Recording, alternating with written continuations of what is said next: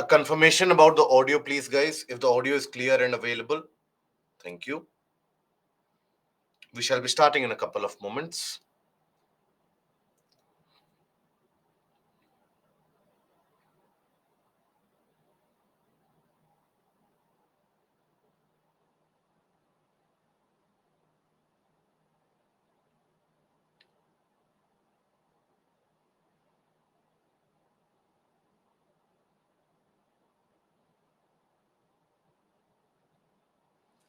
Yes, Kishan, I saw the mail and I saw the evaluated copy as well. I'll get back to you.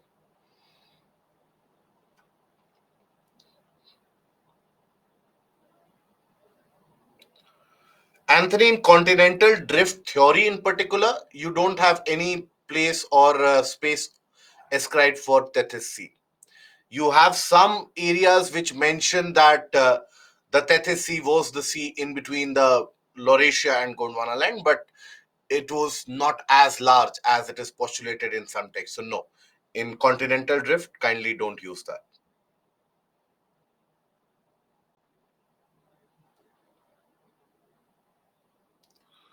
Extra sessions, if will be conducted, Vedshri, will be conducted next Saturday. It will be conducted in the morning session itself. You will be given due notification with the help of the mail. The mail will be circulated to you, and you will be getting an idea about it. I'll make announcements in the class also. Don't worry.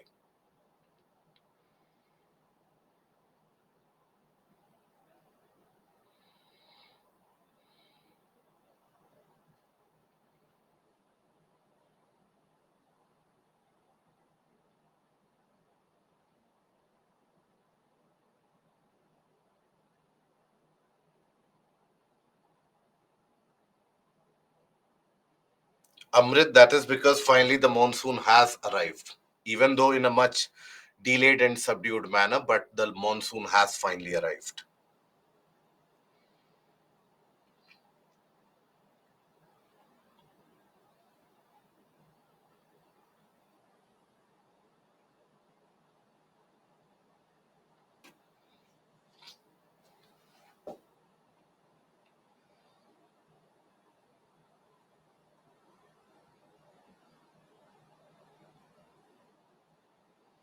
Yes, so as long as Biparjoy is in news, kindly ensure that you follow the news headlines so that you are able to track down the development, the dissipation, the entire process is understood.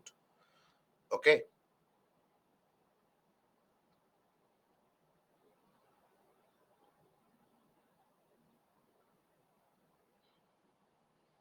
Mapping classes will happen.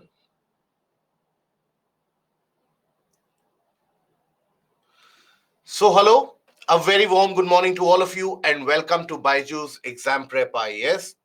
Welcome to another session of geography, where today we shall initiate the discussion for Indian geography.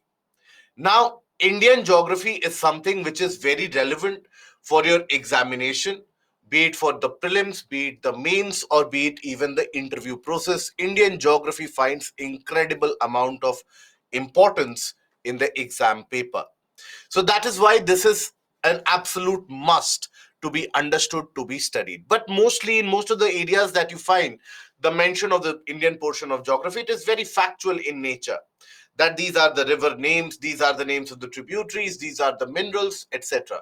So that is where here we shall try to change the approach ever so slightly so.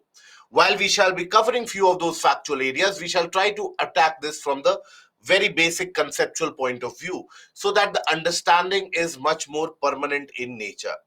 Now, the only reason why UPSC wants you, one of the reasons why UPSC wants you to study a subject like geography for your examination is because of Indian geography.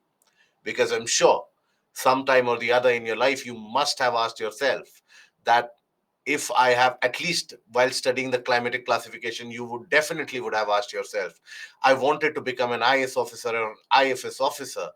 I did not know that we had to learn AF, AM, and AW. Otherwise, I might have chosen a different career path altogether. So I'm sure you all must have pondered that why is it that we have to study this particular subject? It is in order to study and understand India better. That is the purpose. The better you understand India, the better you will be able to understand the variations, the better you will be able to find solutions to the problems that are experienced across the various parts of the country. Now, in the portion of Indian geography, we are going to cover the areas overall. We shall be starting with the Indian physiography.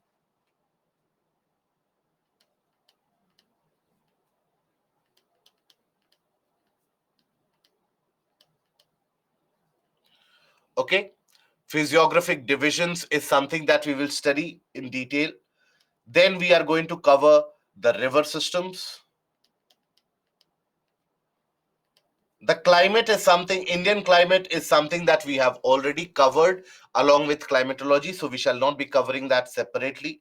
Then we are going to cover the forests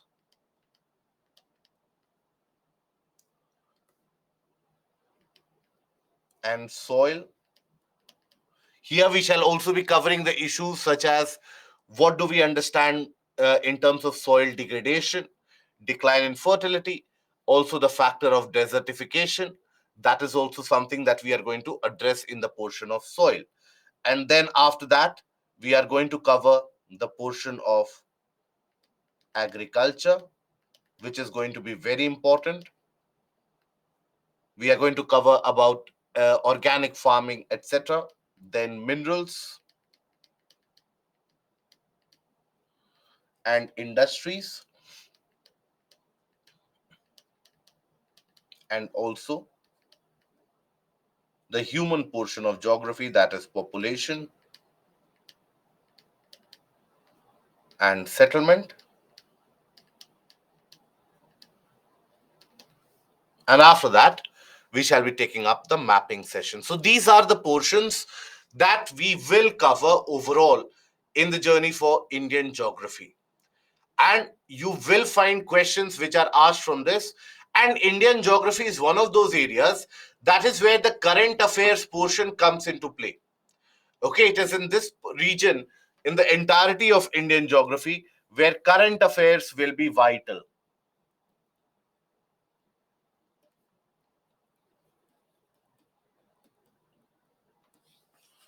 So keep an eye out for current affairs.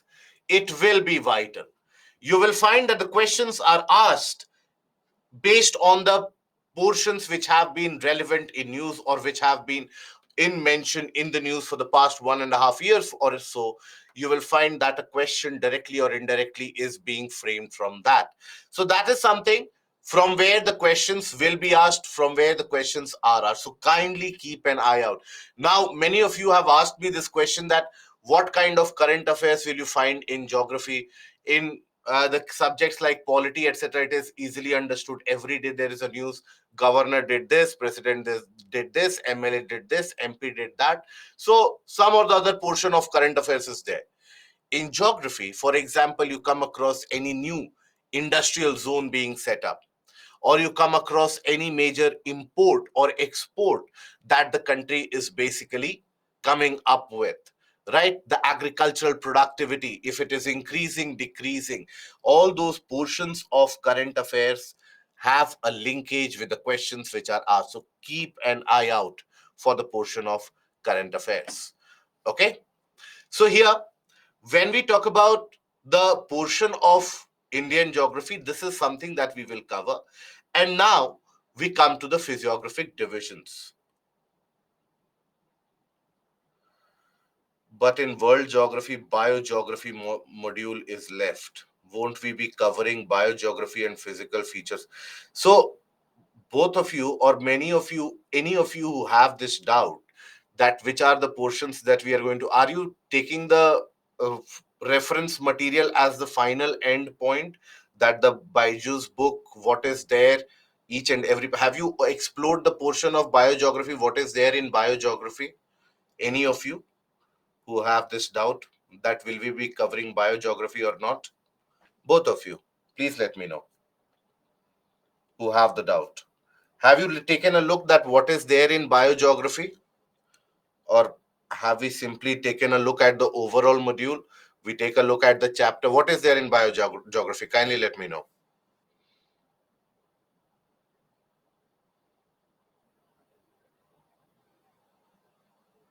Vechi, that will be important for the exam. Okay.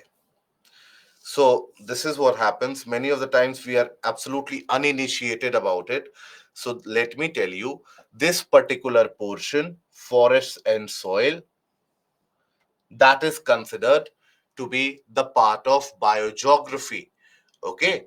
So forest and soil that we talk about, that is covered to be considered to be a part of biogeography. That is something that I had told you, declared it on the first session itself, that biogeography today, or in today's time, biogeography is largely covered in the portion of environment and ecology. What is biogeography? Think about it. Do you think that in biogeography you have to study about cellular structure and what happens in mitochondria and what happens in nuclei? Do you think we have to study that? No, we have to study about the biosphere. And biosphere, whatever depth you will get into here, you will go much deeper in the case of environment ecology. I hope that is understood. Biogeography we are going to cover. Okay, in the portion of environment and ecology, it is covered in much more significant detail, but here also we are going to cover. Is that understood? And then the question about the are we covering yeah, I had another question which was about this, and it was, yeah, major physical features of the world. So have you seen what are there in the major physical features in the world? Have you explored that, or is it again something headline listing that we are doing? So kindly explore what is it that we have talked about, what is there in the major physical features of the world. So by now, if you have attended the sessions, I hope you have an idea about where Rocky Mountains are. They are a result of fold as come as well as the volcanic eruptions. I hope we are aware where Appalachians are. I hope we are aware that where you have the Mexican plateau, which is situated, where is it that Gulf of Mexico is? Where is it that the Andes are? Where is it that you have the Namib Desert, Kalahari Desert, Atacama Desert? Do we have an idea about that or not? Kindly let me know. We have an idea about that? Good. So please understand, at the end of 24 modules, you should have an idea about these particular aspects. It should not be that we don't follow the exact replica of what is there in the book. Okay, this is not your class 10th coaching or your class 12th coaching that you have in IIT, that or IITs or engineering preparation that go as per page 1, page 2, page 3. If that would have been the case, I don't think there is any necessity to have an online session at all, because if we are following the exact replica of the book and the progression of the book, I don't think you need to understand the classes at all. So that is why you attend the classes for something different. But nonetheless, let me assure you that we are going to cover the entirety of the syllabus. Have that trust. It is anyways high point of time after 18 to 19 classes.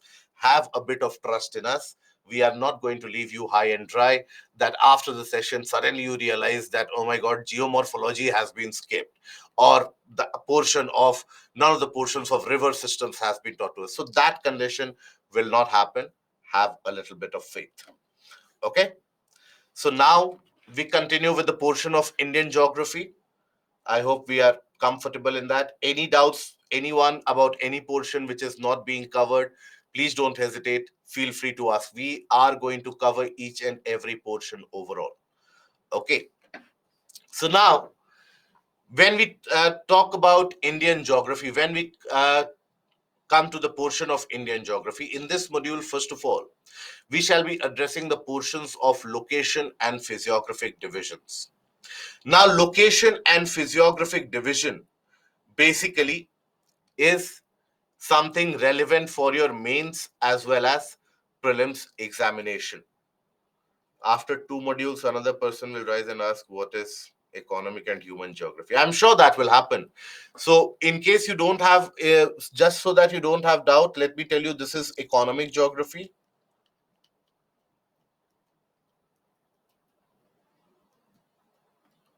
and this is the portion of human geography.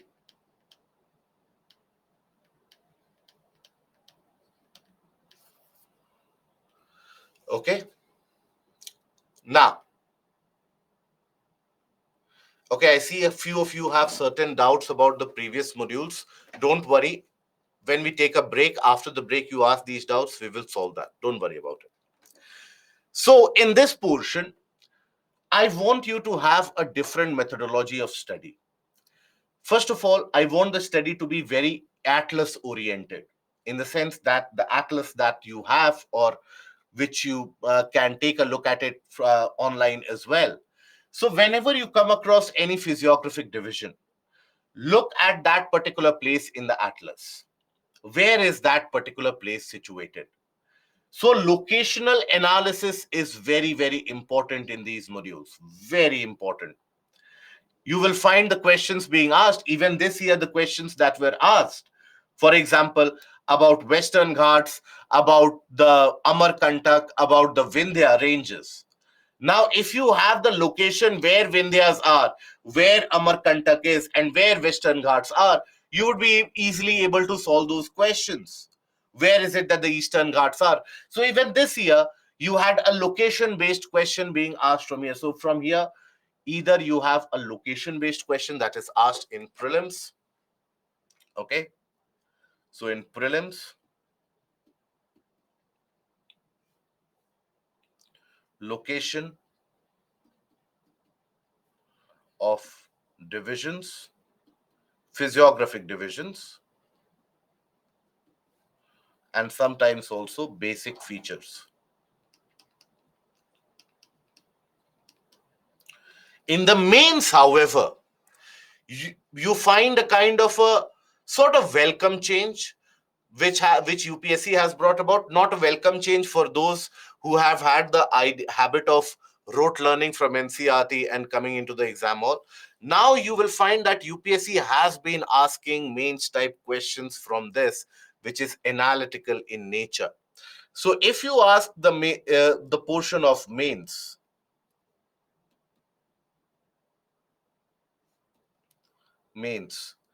in this you will find questions being asked from the basics, features of physiographic divisions,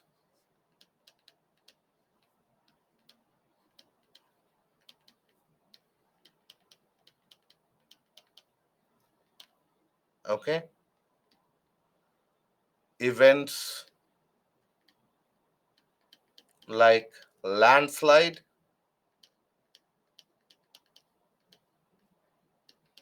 in Himalayas, and also you find questions appearing for from the area of delta formation,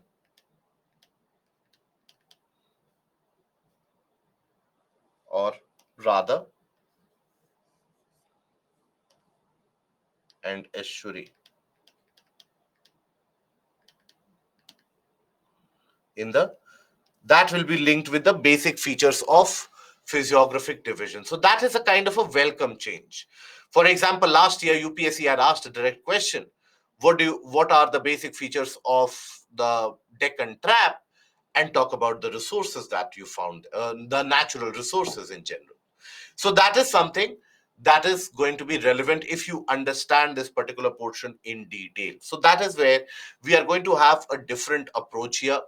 When you take a look at the NCRTs or the reference books, they will tell you basically, and let me make it very clear, they will tell you basically about the region of the Himalayas. They will give you the naming of the various places, that this is the region of Great Himalayas, Middle Himalayas, Outer Himalayas, Kashmir Himalayas, and Uttarakhand Himalayas, then Sikkim, Darjeeling and Sikkim Himalayas, and Arunachal Himalayas. So they will give you the naming. When you read the northern plains, they will give you the various names of the northern plains. But that is it. So as a result of which, this chapter is largely reduced to a name list which the candidates are forced to learn. So here we are going to follow an approach where we are going to understand the formation of each of these places. Now, that is not directly asked in the portion of general studies. Okay, so that is not directly asked. UPS, you cannot expect a question to be asked, how is it that the Peninsular Plateau is formed? But the benefit of following this approach is, after taking a look at the process of formation, once you understand how a particular region has been created, has been formed, you will be able to understand the type of soil that you find there. You'll be able to understand the mineral deposits that you find there or not. You'll be able to understand the features which provide an economic incentive or economic growth in that region or not. So, automatically, many things, for example, minerals, industries, agriculture, soil, forest, many of the things will be catered to if you understand how a region has been created, how a region has been formed. Having said that, still, I will tell you, direct questions from that is not asked about the formation. So any point of time that you feel uncomfortable in that I don't need to understand why is it that Western Ghats are much steeper and Eastern Ghats are gradient. Any point of time you feel discomfort in that, don't hesitate, don't worry about it. That is not going to be asked in the examination. Just take a look at the nomenclature naming list in that particular scenario. Okay, so now we talk about the location and physiographic division of India. Now, India, a land, a civilization, a culture, and people.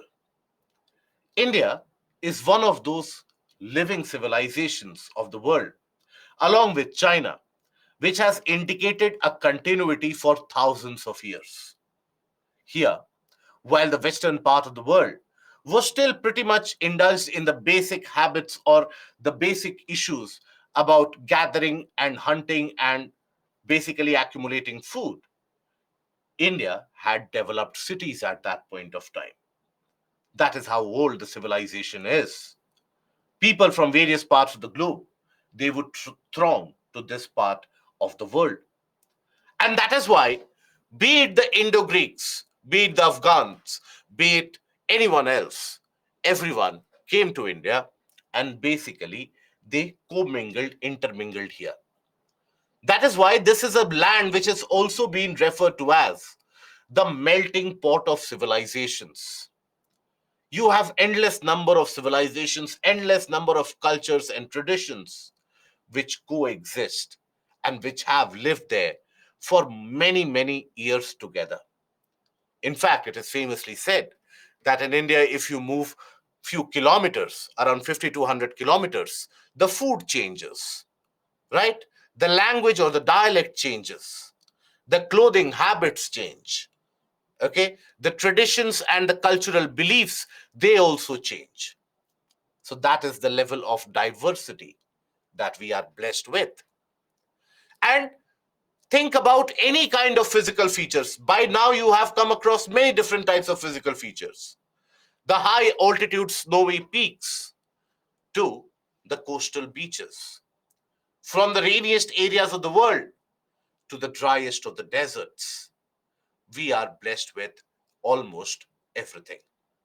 The climatic conditions, the physiographic divisions, the type of geophysical characteristics that we have is truly unique. And it was very well known, even in the geographical community, there has always been a school of thought, which was very predominant up till the 1900s, that if you want to understand the world, come to India, understand India, the world would automatically come to you. That is because of the diversity in geophysical landscape that we experience. So this has always been a land which has intrigued one and all.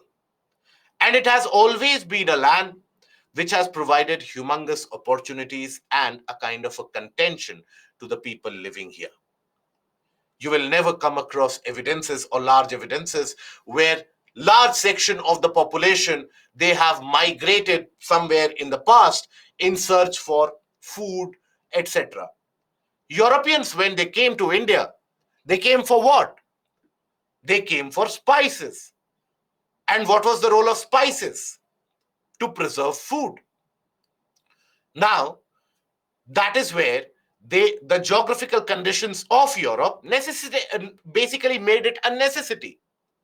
But when you talk about India, it has been a land, its climatic conditions have been such that we have been food sufficient from day one.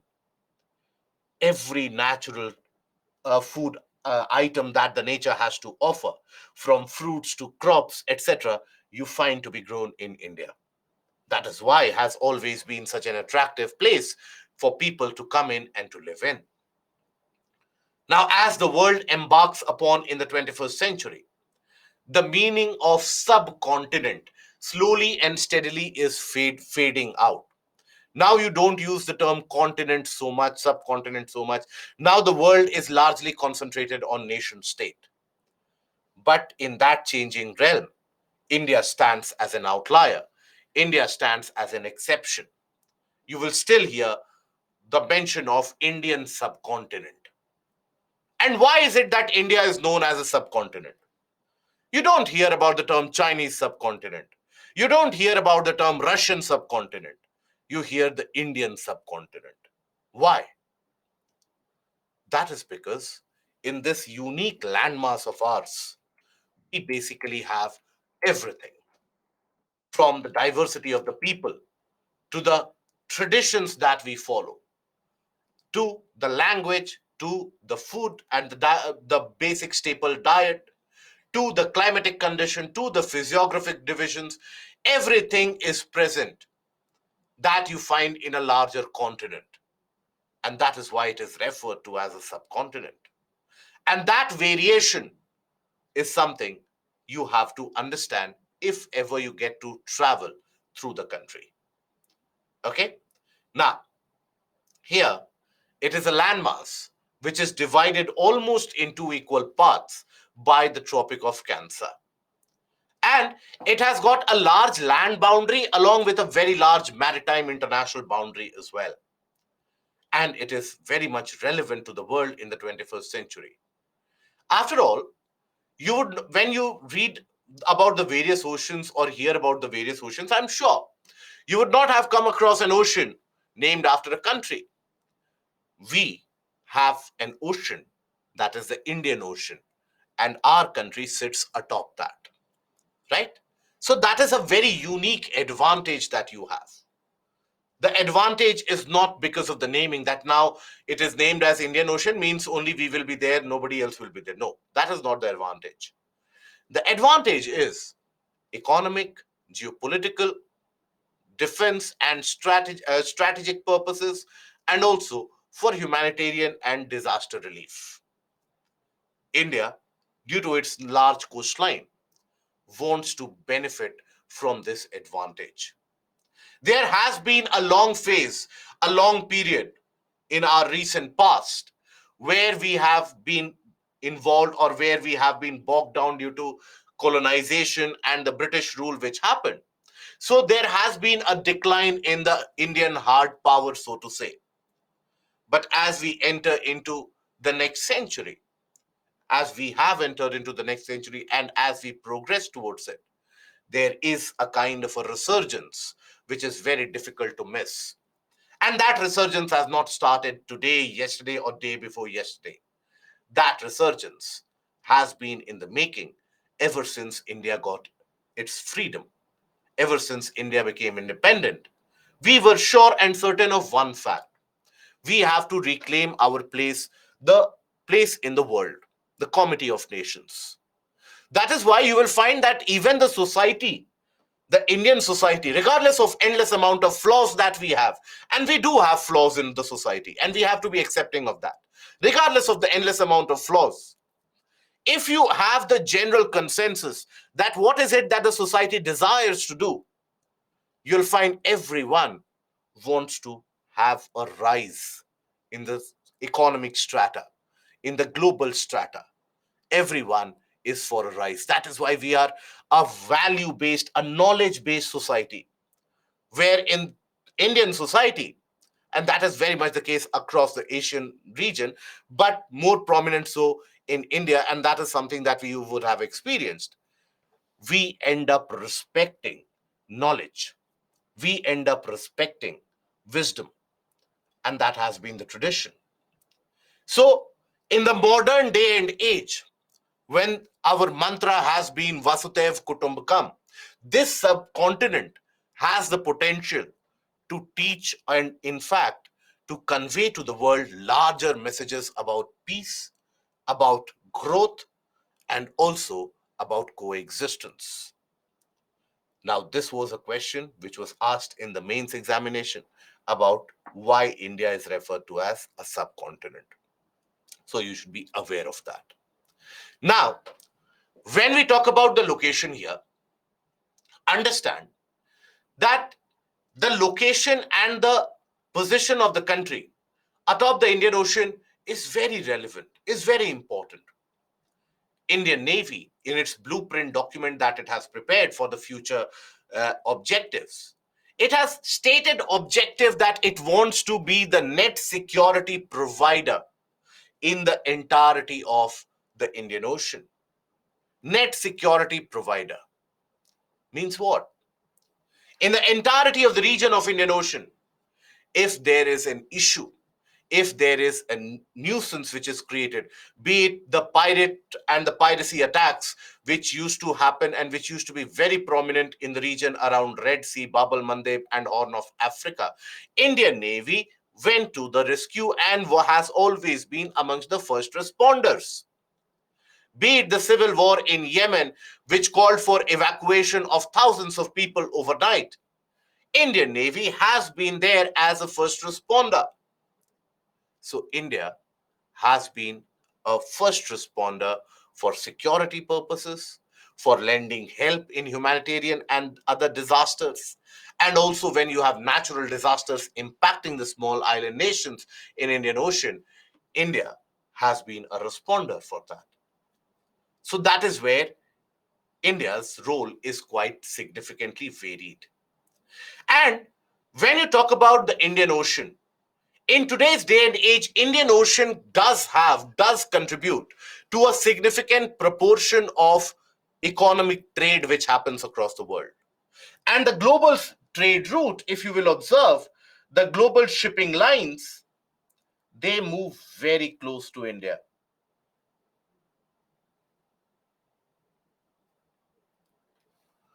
So that is where the multiple number of ships, high amount of global traffic does basically end up traveling through here. That provides us with a very unique opportunity to benefit from this particular global trade. And that is what India is looking to do in the coming years. When we come to exact hard power, you have to understand that this hard power that we have, it is something that we have gained slowly, but it is something which has made India one of the most powerful nations in the Indian Ocean. You won't find a stronger navy in the region of Indian Ocean. You won't find a stronger armed force in the region of Indian Ocean. And that hard power is equally as important, because as you had various different people, strategists who have always talked about it, that those who have a control over the region of the oceans, they will eventually have the control over the world as well. You had the ex-Maldivian president who had basically made a very famous statement that the the 1800s rather, or the 19th century, that belonged to the Atlantic, where the trade in the Atlantic led to the prosperity and the growth of the European nations and the nations surrounding the Atlantic Ocean. The 20th century belonged to the Pacific, where the countries around the Pacific Ocean, they prospered. And everyone predicts that the 21st century is going to be the century of the Indian Ocean. And India, sitting atop, has got a significant role to play in that. You cannot have a century of Indian Ocean without India dominating or driving that growth. So that is the importance here. And our country has got a very unique sort of advantage, that we also have an extension in the form of islands that we have. Lakshadweep, and Andaman Nicobar. We have the island sets. Now, here, when we talk about these islands, they increase our strategic reach. They provide strategic depth to the defense forces.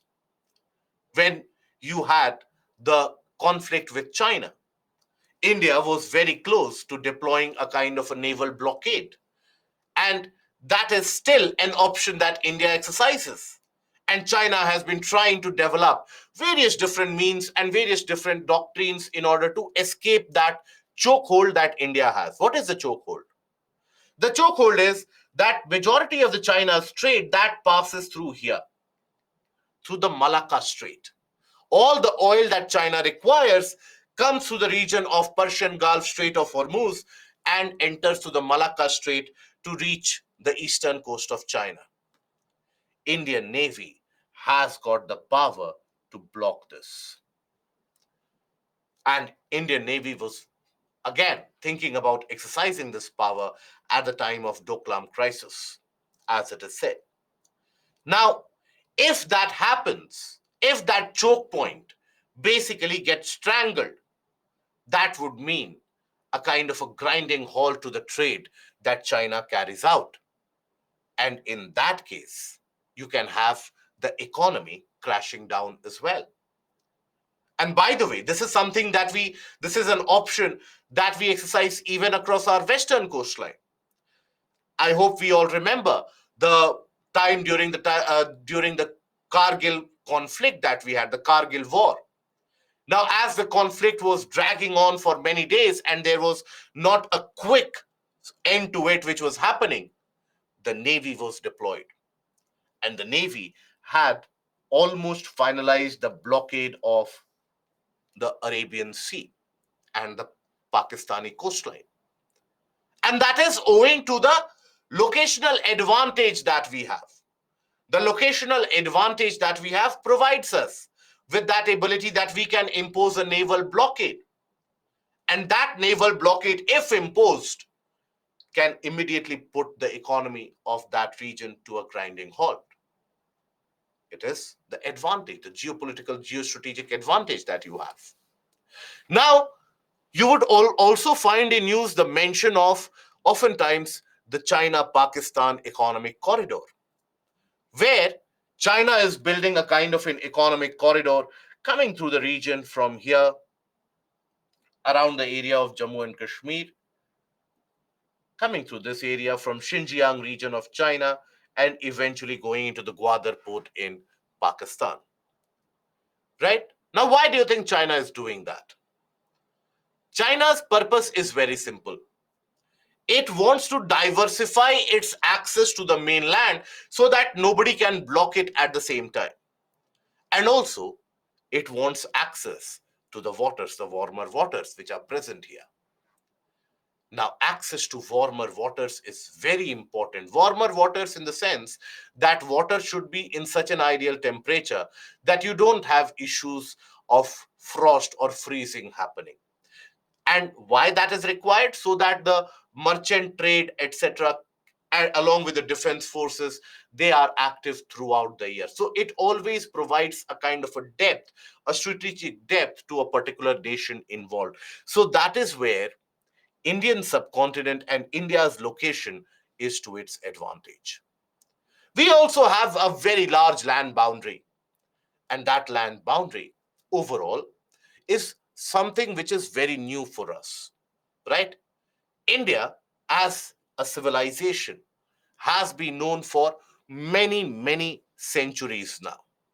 And there was no broader mapping. It was a kind of a geographical connotation that this is an area where the people have been living together for many, many years. That is something which is India. But when we talk about the geopolitical boundaries, that is a reality of the 21st century, and we cannot ignore these boundaries. Now, these boundaries, they provide us with a certain set of opportunities in that also. For example, take the case of the countries of Bhutan and Nepal. Now, the Indian landmass surrounds them from three sides. So, if tomorrow Let's say they have to carry out any trade, they either will have to go through the circuitous route around the Himalayas, the Tibetan highlands, and then reach China, which in itself will be very costly endeavor, or they can come through, which they do, they can come through basically the ports, and they can travel through India and have their trade. So that is where we are also in a position to lend a helping hand to our neighbors in need. And that is why when the Nepal earthquake struck in April 2015, India was amongst the first responders. Again, a kind of an advantage that we have owing to the location. So these are the few locational advantages that we have. This is a country which has been in existence much more beyond what is the border of that, in the sense, not the expanse, in the sense that if you go in the deeper part of it, the civilization, the culture, the tradition, the different belief systems, that is the essence which has made it a continuous civilization, a continuing civilization, which is a rarity in this world. And that is the country that UPSC wants you to know. And that is the country that eventually you will get the opportunity to serve if you succeed in this examination. So, for that, we need to be aware of the basics, physiography, basics, topography of this particular region. Okay?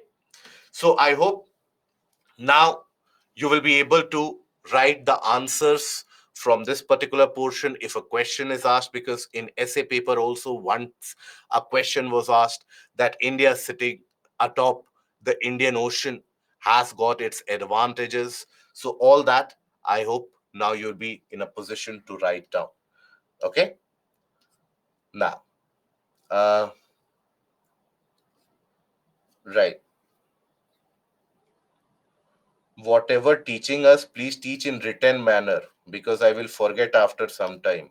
So my dear friend, a humble request, you have something available in the market which is referred to as a pen, and something available in the market which is referred to as a paper. Buy a pen, buy a paper, start writing it down. I hope we don't have an expectation of class fourth or fifth that the teacher would write something on the board, everybody would simply copy, they would rectify it, and then teacher would again, they would turn back, the students would sleep, and then again they would wake up, get someone else's notes, and they would rectify it. I hope we are now mature enough, we have reached a particular stage in our lives where we can receive information in other ways also. Okay, I hope this is basically not something that I'm giving you the notes about. This is something I'm introducing you to the portion of what is a subcontinent, what is the geophysical and geopolitical characteristic associated. Now, after this, we finally come over to the nitty gritties and the details of the location. So, when we talk about the location of the country, India, situated to the north of equator, extends from around 8 degree 4 minutes north to roughly around 37 degree 6 minutes north latitude. That is the extent, north-south extent. But the southernmost point of India overall, see, this is the north-south extent, 8 minute 4 degree north to around 37 degree 6 minutes north.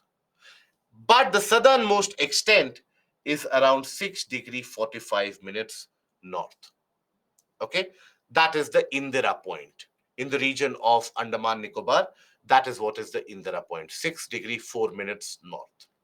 Now the east to west extent is also along the similar lines, that is 68 degree east to roughly around 97 degree east. So 68 degree 7 minutes east to 97 degree 25 minutes east. So that is the extent. Overall north to south and east to west extent is largely going to be similar. 3214 kilometers north to south, 2933 kilometers east to west. It is largely going to be very similar. And Tropic of Cancer, passes almost to the central portion of the country. Now, ideally, when you come across these sets of information, Tropic of Cancer passes through the center, immediately the quest should be that immediately on your own, you should explore the atlas, look at the regions, look at the states through which the Tropic of Cancer passes through. Once you have done that, then start looking for the major cities located close to the Tropic of Cancer. Then, once you have done that, locate which are the areas through which the standard meridian is what? The meridian that we follow for our standard time. This gives us the Indian Standard Time, IST, right? Which are the states through which the standard meridian for India passes through? That is how, once you start exploring on your own, that is when the proficiency will come. If you are, if let's say many of the candidates have the habit, they wait for that few days before the prelims, that somebody will circulate a note in the market that these are the basic important map pointing for this year, learn it and go to the exam. But the problem is we don't realize that we are no longer in graduation or school days when the questions are leaked. We are appearing for UPSC. It is well known and it flaunts its unpredictability. So, in that unpredictable scenario, this is how you manage to stay one step ahead of what UPSC has been asking from you. Please don't chase what UPSC has been asking till now. Try to think about what UPSC can ask from you. The day that your thinking process changes from what has been asked to what can be asked, that is when you will make a significant change in your preparation and your outlook as well. So, our country is surrounded by various international neighbors. From the east to the west, if you consider, you have Myanmar, Bangladesh in the east. Then you have China, Nepal, and Bhutan. Then after that, we have Afghanistan. And then after that, we have the region of Pakistan. So these are our land neighbors, land based neighbors. And we have various different states which, in a way, they share their boundaries. For example, consider the state of West Bengal. West Bengal shares its boundary with three different countries. What are those three different countries? You have the region of Nepal, you have the region of West Bangladesh, and also the region of Bhutan. Similarly, Arunachal Pradesh shares its boundary with three different countries: Bhutan, China, and Myanmar. So that is how you should be aware of these particular facts. Now we also have a very large maritime boundary. Maritime boundary is also considered to be an international boundary. Please don't get under the misconception that this is not an international boundary, and that largely breeds from our childhood days. Whenever we you would have switched on the TV, whenever somebody would have mentioned international border, you would have seen barbed wire, barbed fences, and people standing with guns. So that is where the conception builds up that okay, international boundary will be found only over land. Over water, where will we get those barbed wires? So please understand, the maritime boundaries also come under the category of international boundaries. In fact, once you talk about the shoreline, 12 nautical miles from the shoreline is considered to be the territorial zone of the country. After that, you have the international boundary. Okay. Now, in this situation, majority, almost all of the states, we share, or all the states have some or the other international boundary that they share. You have only few of the regions which don't share any international boundary at all. For example, Haryana. For example, you have the National Capital Region of Delhi. For example, Jharkhand, Madhya Pradesh, Chhattisgarh, Telangana. Now, these are the regions which don't share any international boundary at all. Other than that, all the states that you see will have an international boundary which is present. Okay? So these are few of the basics that you need to understand. So India is basically the location we have seen, divided by Tropic of Cancer in almost two equal parts. The standard meridian here. The standard meridian passes through the 5 different states. Which are those states? Uttar Pradesh, Madhya Pradesh, Chhattisgarh, Odisha, and Andhra Pradesh. Whereas the Tropic of Cancer, that passes through which state? Tropic of Cancer passes through Gujarat. Some part of it passes through Rajasthan.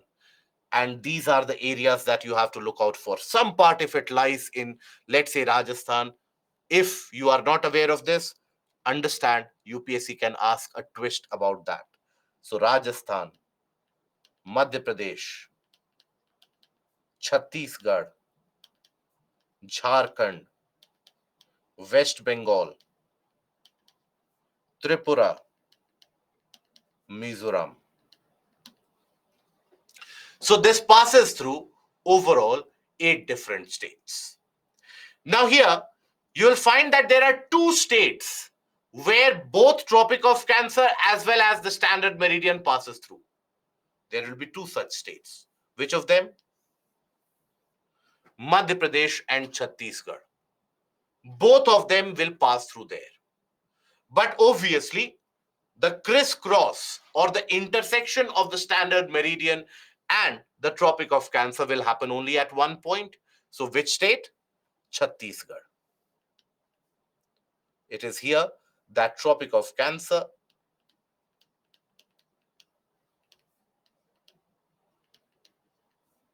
meets with standard meridian.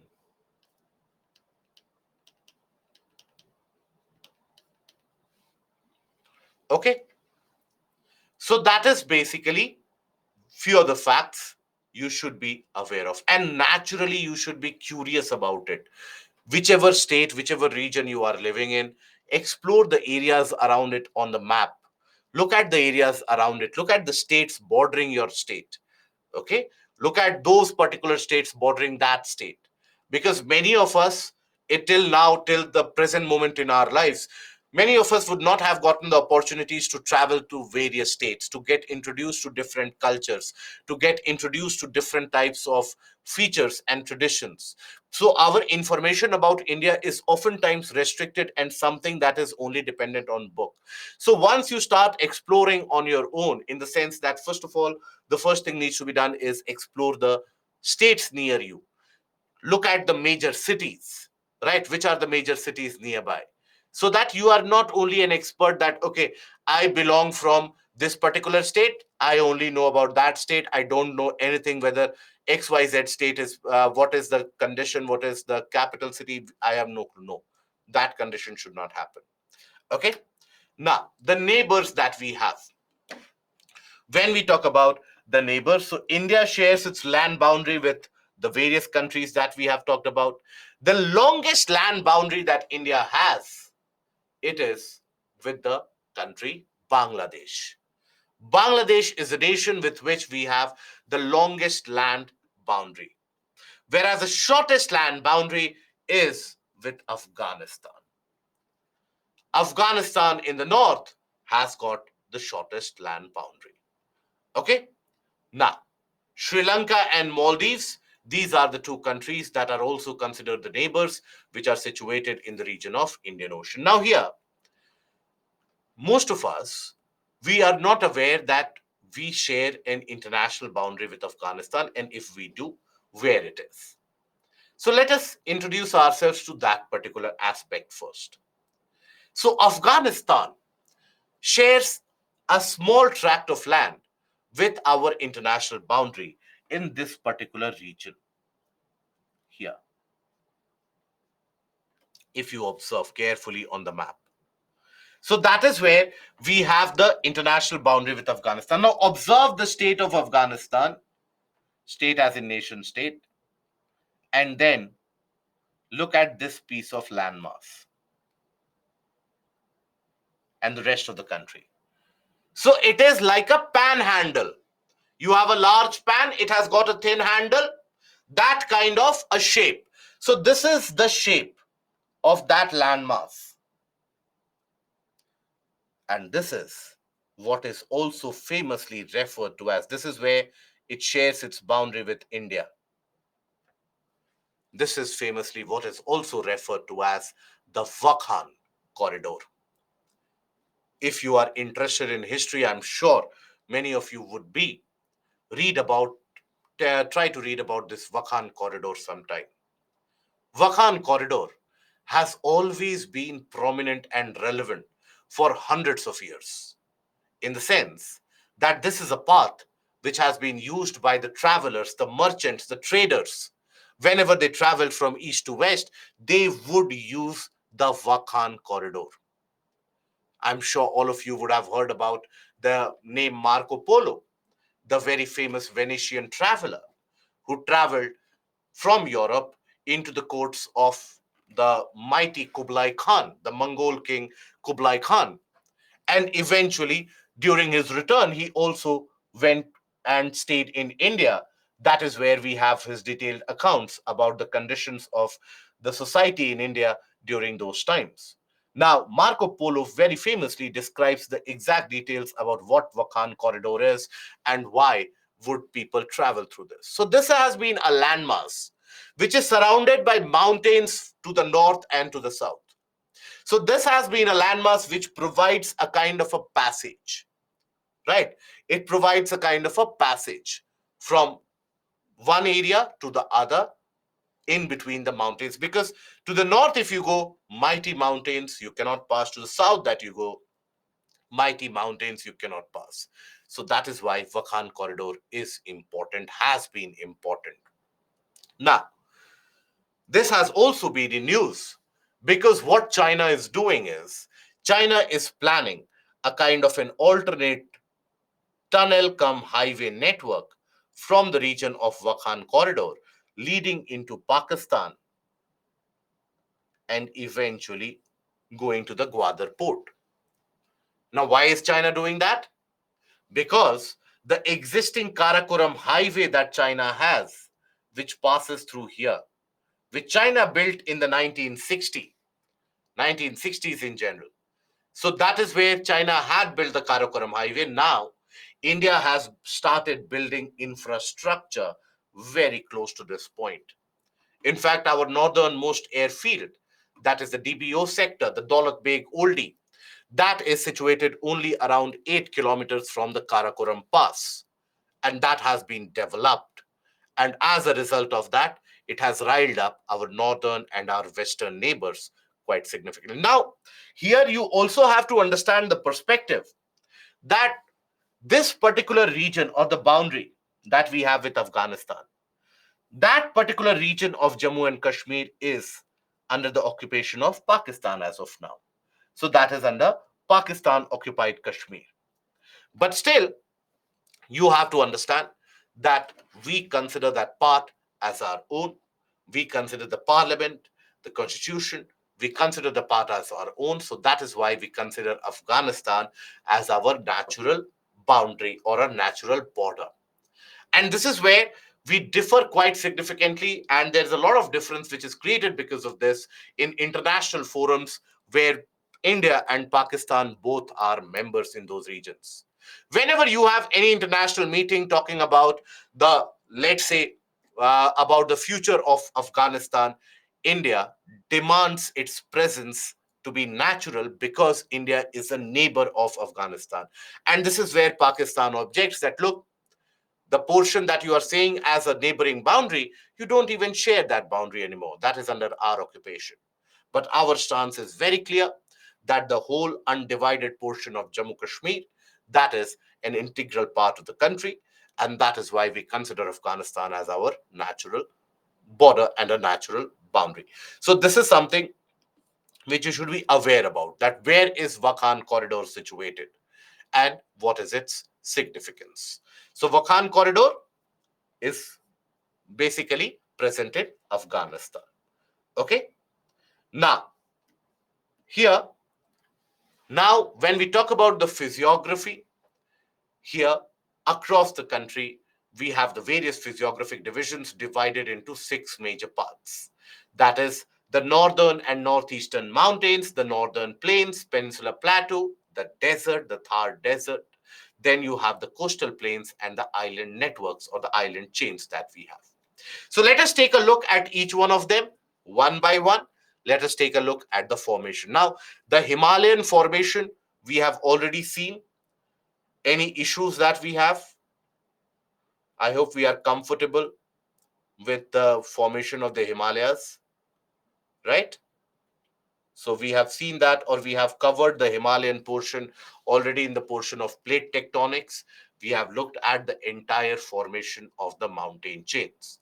Now, if we are familiarized with the portion of the formation of Himalayas, let us slowly and steadily talk about the regions of Himalayas and the physical features that it indicates. So, here, if you observe across our northern borders, we have the natural boundary in the form of Himalayas. And as I have already told you, Himalayas, they influence the life in India in many different ways. It is not restricted to only a certain way where Himalayas will have an influence. Be it the climate, be it the lifestyle, be it the natural defense, be it the rivers, Himalayas contribute quite immensely. Now, how is it that the Himalayas have been created? They have been created as a result of convergence. The convergence and immense compression of the land masses of the crustal portion has created that fold that we refer to as the Himalayas. Now they extend continuously from the northwestern region to the northeastern region. And you will find that here, few of the basics, if you will observe, in this region, it is much broader. In this region, it is much narrower.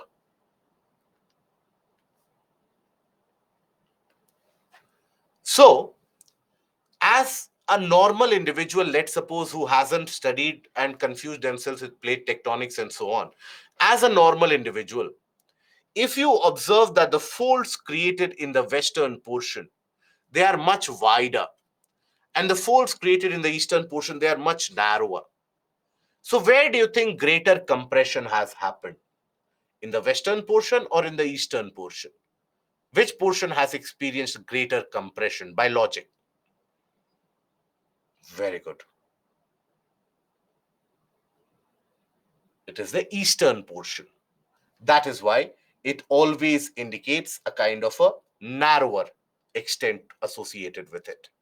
Okay, so the Himalayas are much broader in the west, very, very narrow in the east. Now, here you will find that three ranges, they are continuous almost. Three ranges, they are almost continuous. So these continuous ones, they are referred to as a mountain range in general. And these continuous ones are considered to be a part of the Himalayan ranges. So which are the portion of the Himalayan ranges? Himalayan ranges. You have the Great Himalayas,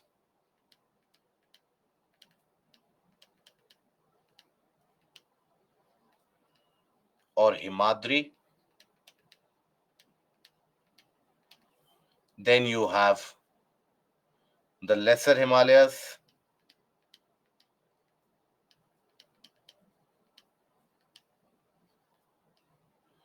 or the Middle Himalayas,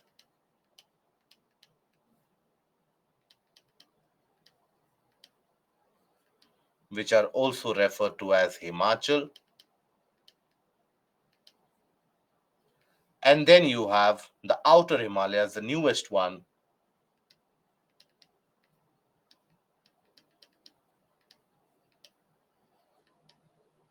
that is Shivaliks. Okay, so these are considered to be a part of the Himalayan ranges because they are continuous almost throughout. The Shivalik, for example, is a continuous feature. It becomes discontinuous slightly in this small portion where you will not find the presence of Shivaliks, but other than that, it is continuous. And also in the region around here, here also you'll find some discontinuity to exist. So you also have mountains which are not so continuous, which have been created as a result of the fold, but which lie beyond these ranges. beyond when you go across these ranges. So those ranges, which have also been created in the same phase of folding, but they lie beyond the continuous ranges of the Himalayas, they are referred to as Trans-Himalayas.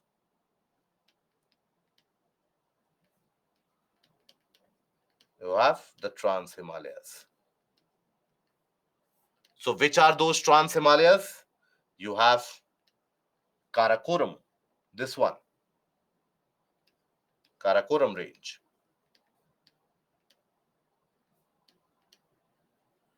Then you have the Ladakh range.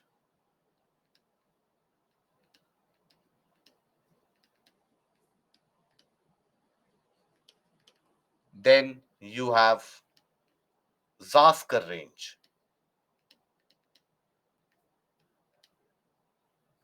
And also the Kailash range.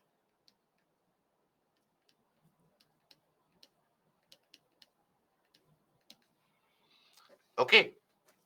So these are Trans Himalayas. Why they are referred to as Trans Himalayas? So basically, these are the mountain ranges to the north of the continuous range of the Himalayas. That is, these are the continuous range of the Himalayas. So you still have the mountain ranges which have been formed in the same phase of folding. The same phase of folding means the folding which was initiated long time back, around 60 million years ago, and even more than that. And that phase of folding has continued and continues even today. So that is the same phase of folding. They have also been created, but they are not continuous like the Himalayas. They are restricted to certain areas. And that is why these are the regions which are said to lie beyond the Himalayas, right? You cross the Himalayas and then you reach there. And hence the name Trans Himalayas, okay? Referring to something which lies beyond the Himalayas, okay? So that is basically the Himalayan range and the Trans-Himalayan range. Kailash range is in Tibet, the Tibetan region. Now, another thing that you would observe here is basically that these mountains that you have, these mountains, they don't have the same axis through and through. Observe that here, observe the image carefully. Observe here that this is the mountain range which extends here, and suddenly the direction of the mountain changes. There is a change in the direction suddenly. I hope you are able to see. Similarly, here also in the region of Pakistan, you have folds, that is Suleiman, Kirthar, ranges, etc. Here also you will find that there is a sudden change in direction of the axis that the mountain follows. So the axis of the mountain sometimes experiences a sharp bend due to the folding and due to the land masses, how they have been folded. And that is what is referred to as syntaxial bend. Syntaxial bend is basically, when we talk about syntaxial bend, it is basically the sudden change in the direction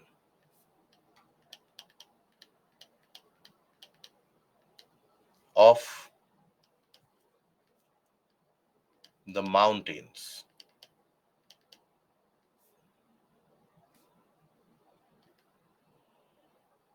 This is formed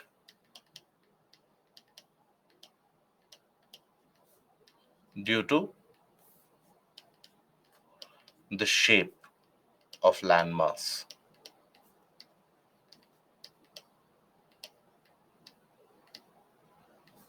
undergoing folding.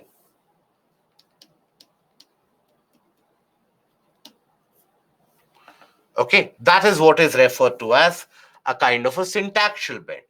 For example, we do know that when we talk about the formation of Himalayas, here you had the Eurasian landmass having a shape like this. You had the minor Burmese plate also to be present, and the Indian plate having a shape somewhat like this, the Indian plate as it moved, first of all, it collided in the western extent.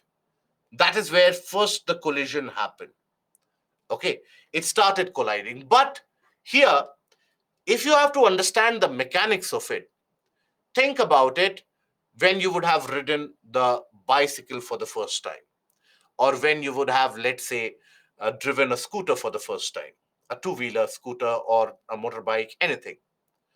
You would have observed that sometimes when you mistakenly or knowingly, if you would suddenly apply the front brakes without the rear brakes, you just apply the front brakes. What happens? The bicycle swivels, right? It basically turns. It stops from the front, it turns like this. Even the motorbike, etc., it stops immediately in the front and then it starts turning. It tries to move in the direction where the motion is already present. Something very similar has been experienced in the case of India as well. As soon as the western portion they hit, there was a resistance. There was something which stopped the motion of the landmass. And that meant there was a swivel. This portion pushed further. And that is why the folds that you find here across the eastern part, they exhibit that kind of a shape. And it extends all the way till the region of Andaman Nicobar, the convergence, the collision. Okay, so here, because of the shape that you observe, the folding oftentimes also creates the mountains which have a change in the direction of the bend, and that is the syntaxial bend. Himalayas have got two syntaxial bends. One syntaxial bend is in existence here. That is beyond the region of Arunachal Himalayas, right, to the north of Arunachal Pradesh. And here you have Namcha Barwa.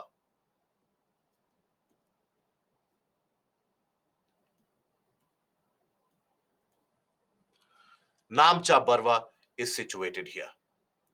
Then this is where you will find that the Himalayas in this entire region, they take a syntaxial bend. It is, after all, that syntaxial bend which forces river Brahmaputra in a way to enter or to flow to the south and enter into the Indian subcontinent. Another syntaxial bend you will observe is here in this region. And that is the region of, or that is the peak of Nanga Parbat. Very good. This is the peak of Nanga Parbat.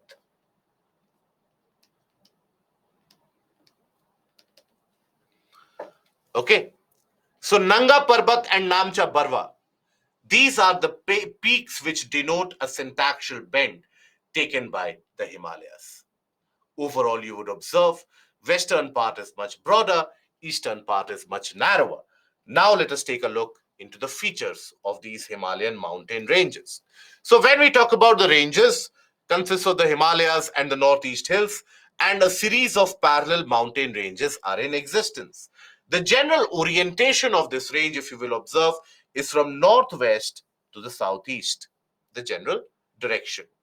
And approximately the length is close to around 2,500 kilometers from east to west, and the width varies from 160 to 400 kilometers.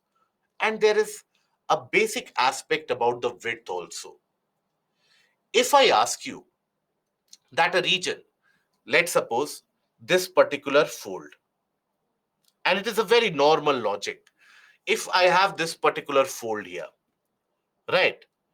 If the compression is more, the width, what do you think? Width, will it be larger or will it be smaller?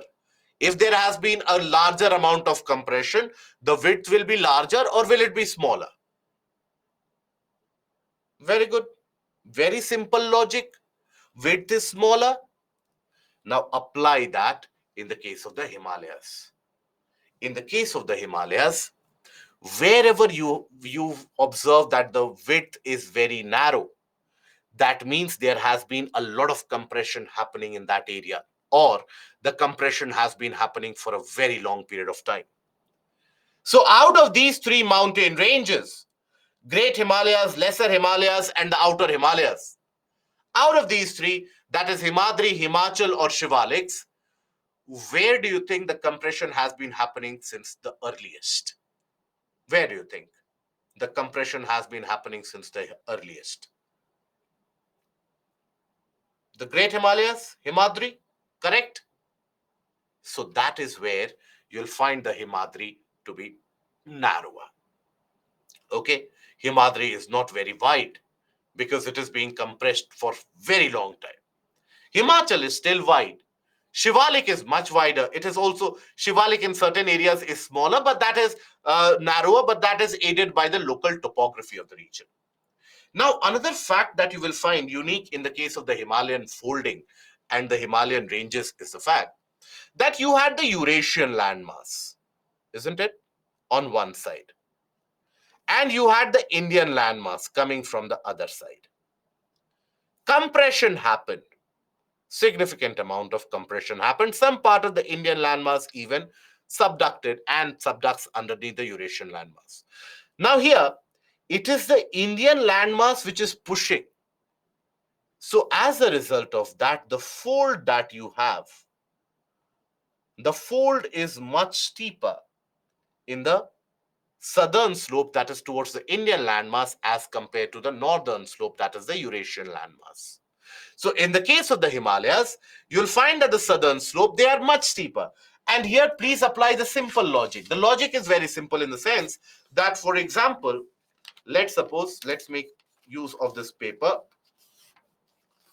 So here, if there is this kind of a convergence which is happening, compression which is happening, now wherever there will be a greater push from, observe that the slope becomes kind of not only asymmetrical, but lopsided in that region.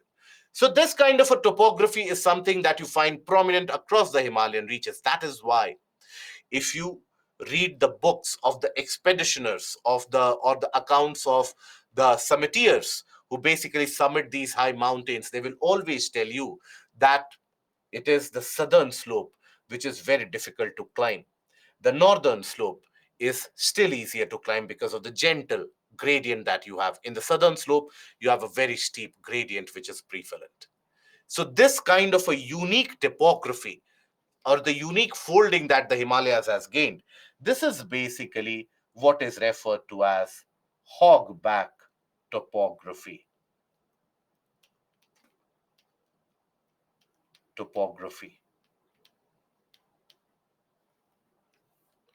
And this basically means steep slope on the southern side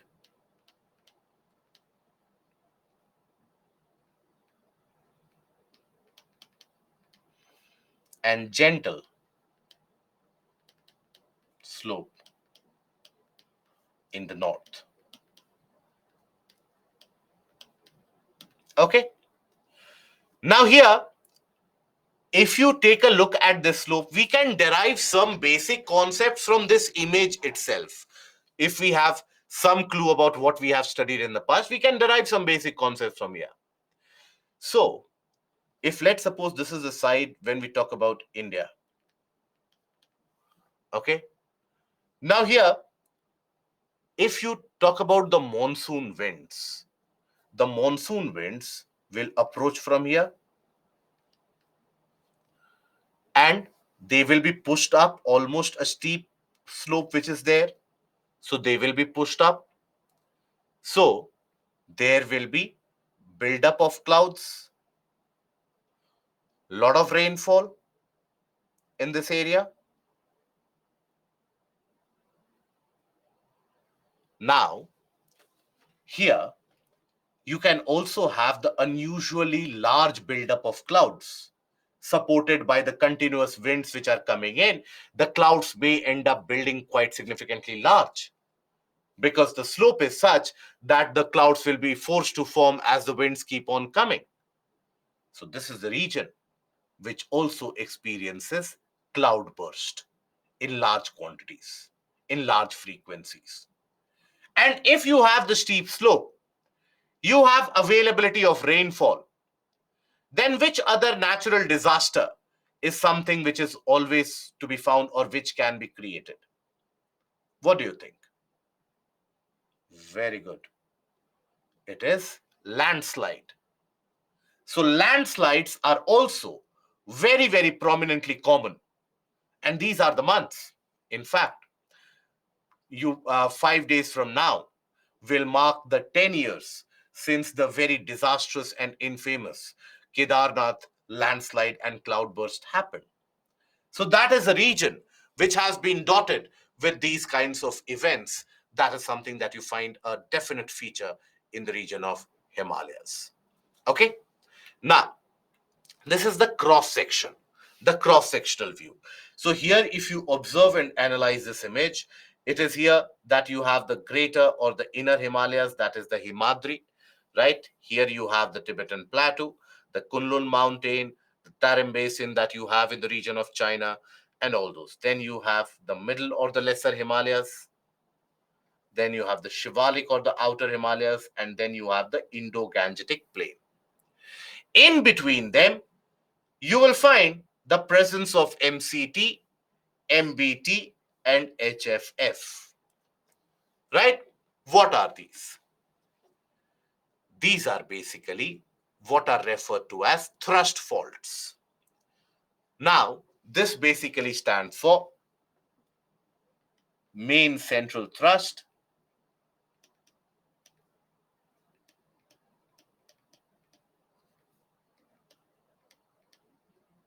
Akula. What is a landslide? It is a kind of a mass movement. Kindly take a look that, or where is it that we have studied mass movement? Take a look at that PPT. We have had a detailed discussion about landslide. Then this is what is MBT, that is main boundary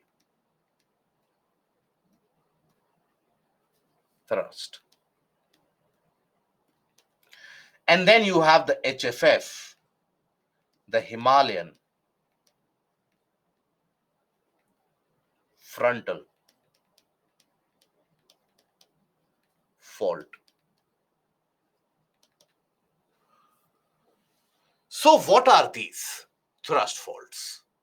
And how are they created? How have they been created? So thrust means what?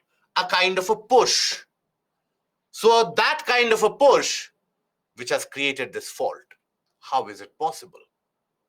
So basically, when we talk about the thrust faults, I will not tell you the exact formation of the entire upliftment of the Tethys Sea, etc. again.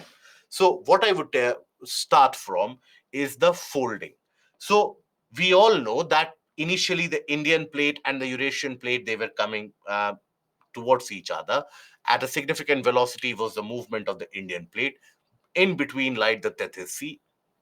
And because the rate of movement was so fast, the Tethyan sea floor was also pushed up, was also uplifted, and then the folding process began. Now, here, when we talk about the folding process, this was, let's suppose, the fold which was created due to compression. Compression created this fold.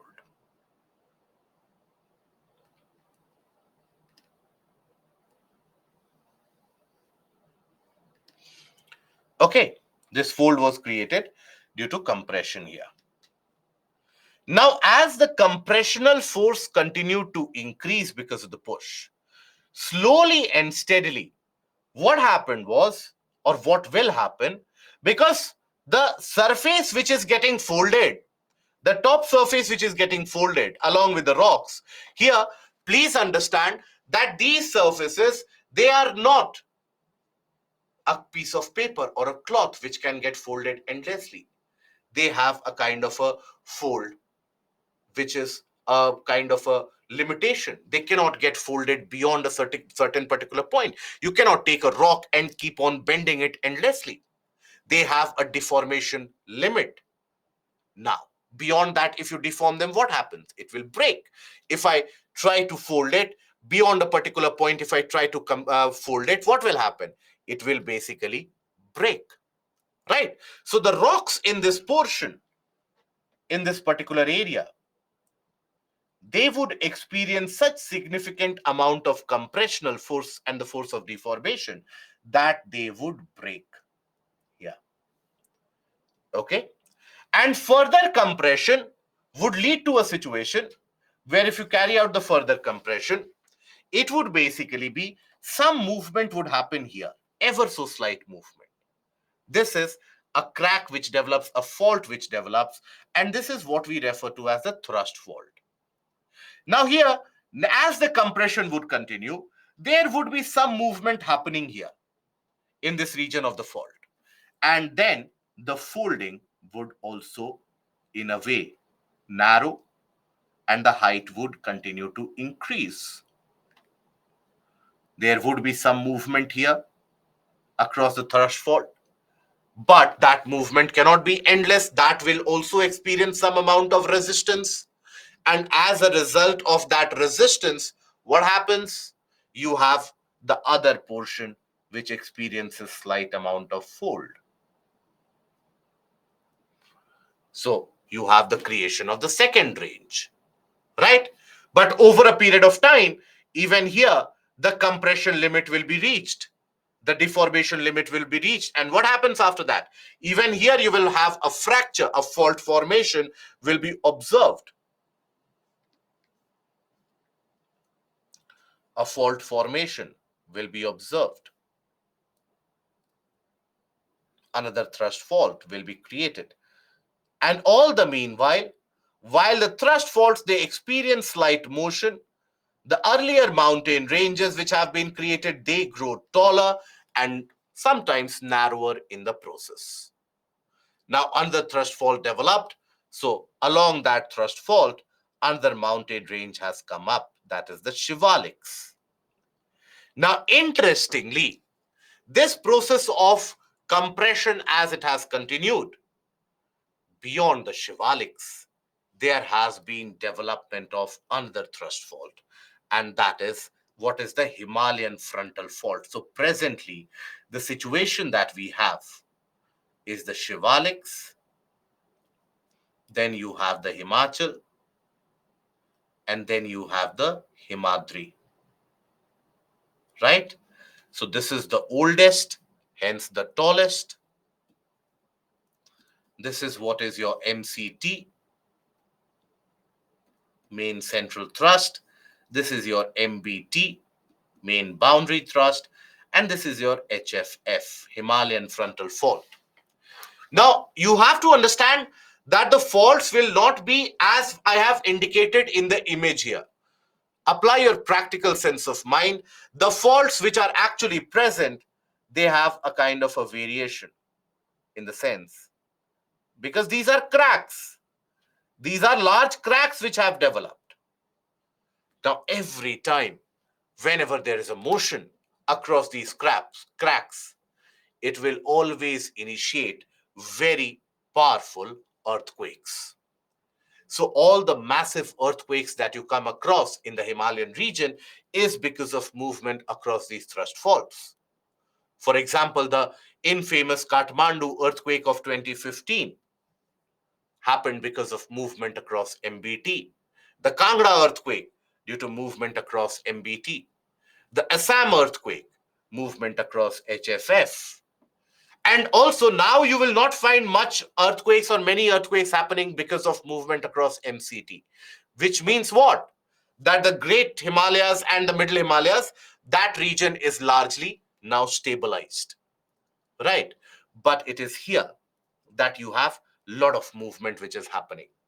Majority of the earthquakes, if you will analyze, if ever you want to analyze these things in your life, majority of the earthquakes you will observe is now happening across HFF. And that basically symbolizes that you have the fourth range coming up. And that fourth range obviously will not come up tomorrow, day after tomorrow. It will take millions of years to get created. Okay? Now, After this, here the basic features, if you will observe. So Himadri is the northernmost range, and that is the Great Himalayas or the Inner Himalayas. It has got a stupendous amount of height associated. It is amongst the tallest mountain peak across the globe. Across the globe, when you take a look at the various mountain ranges, rarely will you find a 7,000-meter plus mountain peak. Here, you have a host of them, a large number of them. So, here, this is the folds of Great Himalayas are basically asymmetrical in nature. That is, steeper on the southern slope, gentle on the northern slope, the hogback topography that we have referred to. In fact, in the region of these Himalayan ranges overall, here, the presence of ice and snow is so significantly dominant because of the height.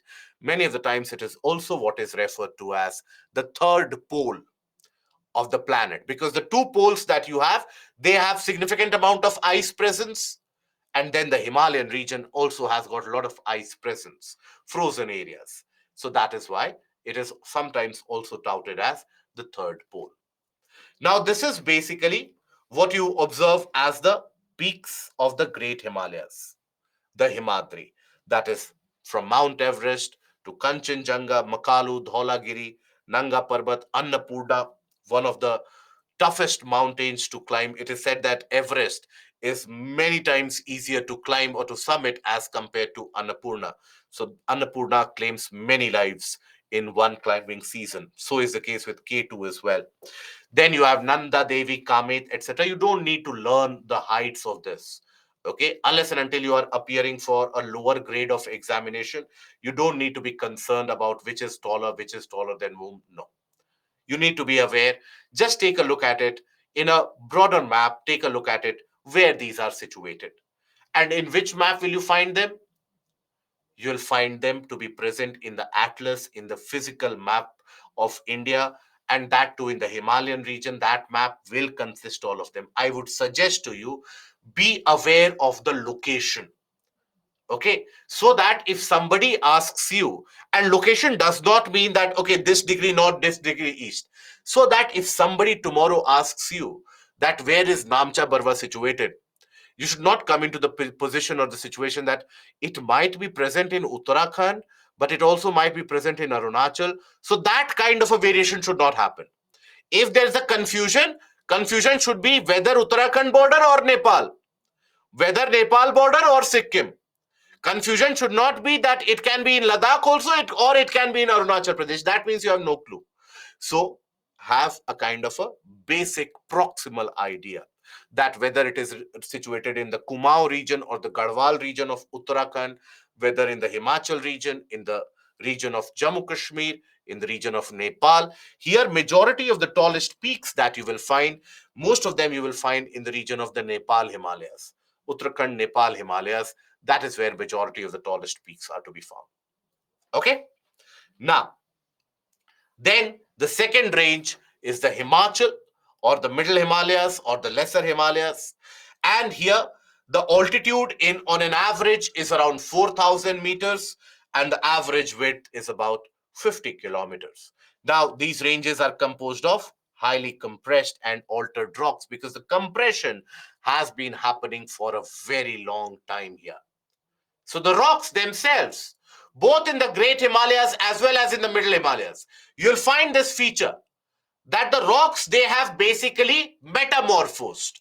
They were earlier igneous or sedimentary and they have metamorphosed. You have the presence of limestone in many portions of Great Himalayas. That is the Himadri. You have the presence of limestone. And limestone can be created only in deep oceans, underwater regions. So if you have limestone in that area, that means that region at one point of time would have been underwater. Does not mean that the water level would have been so high that even all the mountains would be covered. No, that would have been a land under Tethys or the Tethyan sea floor that has uplifted and then has been folded up. Now, this Himachal or the Middle Himalayas, this also has got various different valleys and hill stations, which makes it a popular place to basically go. So the famous Valley of Kashmir, Kangra Kulu Valley in Himachal Pradesh. You have various different hill stations such as Dalhousie, Maklodganj, Dharmshala. All of these, they are Masuri, they are situated in the region of Middle Himalayas in general. Okay. Now, here, Pir Panjal range is the longest range, one of the most prominent range of the Middle Himalayas, exists in the region of Jammu Kashmir. Dhauladhar is the part of the Middle Himalayas which lies in the region of Himachal Pradesh, right? This lies in the region of Himachal Pradesh.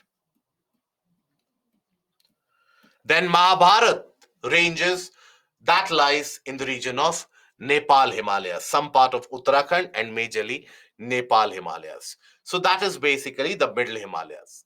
Now, once the Middle Himalayas came into existence, please understand that once the Great Himalayas, first of all, when they came into existence, after a long period of time, you had the formation of the Middle Himalayas.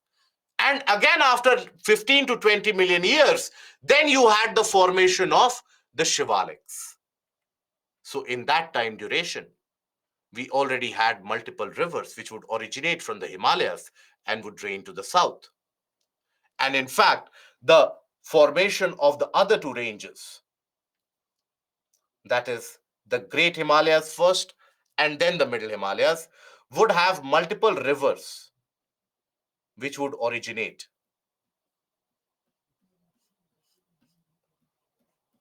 And these rivers would carry out their deposits to the south of the Middle Himalayas. So the Shivaliks that we see today, they are nothing but the folded portion of those deposits brought by the rivers originating from the northern ranges. So overall, it is having the least amount of height. It is composed of unconsolidated sediments brought down by rivers by the main Himalayan ranges located further north. Now, unconsolidated sediment. What is the meaning of unconsolidated?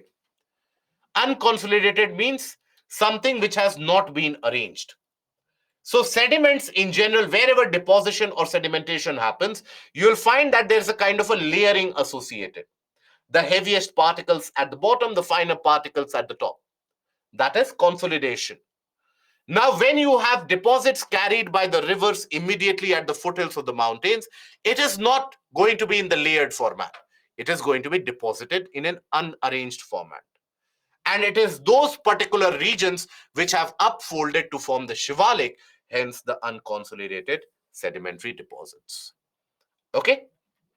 Now, these Shivaliks, they are also known by different names in the different parts as where they are present.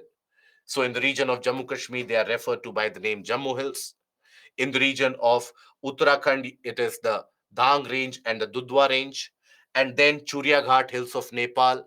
Then in the region of Arunachal Himalayas, it is known by the name of Dafla, Miri, Mishmi, and Abor, based on the local tribes that you have living in that region. So that is basically the Shivaliks. Okay? So these are the three ranges. All of them have been created as a result of folding, and there is a process on for the creation of the fourth fold. Repeat formation of Shiva. Okay. Please don't repeat the question so many times. Where do I? It is the 19th session. I don't know how do I make this clear. Um, we'll repeat the formation of Shivalik. Shivalik, we have already said, has been created as a result of the folding process. So Shivalik has been created.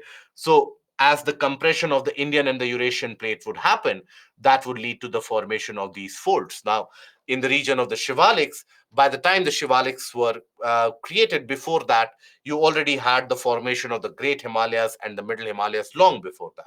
So you had rivers which would originate from that, and basically they would deposit the materials and the sediments to the south, and that is where these sediments and these materials, they would get folded to create the Shivalik ranges. Okay, right? So now will come to the features of the Himalayas. Before that, we take a break. K2 is situated in Karakoram ranges. Yes, Nitesh, I have gone through it. Uh, does China have a strategic advantage over India due to the hogback topography? See, nowadays, of the present day scenario of uh, when you talk about the mountain warfare, that is very, very different now. It is no longer restricted to hand combat. In certain areas, yes, China has got a strategic advantage, but in certain areas, we have a strategic advantage as well. The ridge lines, they extend further into the region of China. So it is something which is. Abor, Bishmi are the local names of Shivaliks? Yes, that is correct. Even the Pir Panjal, the mighty Pir Panjal ranges, which have been responsible for creation of features that we will come across, even those are part of Himachal. Then you have Dhauladar, part of Himachal. So like that, in the Shivalik also, Jammu Hills, Churiaghat Hills, Dundwa Range, Abor, Miri, Mishmi, all of these, Dafla, these are the part of Shivaliks. Okay. Unconsolidated means something which is not arranged in a layered format. Nitesh, it is good. Some improvements are required, but it is good. Aphelion happened in July 4th, and perihelion happened in Jan. Hmm. Shalu, yes, Trans Himalayas also formed in the same time as the Himalayas.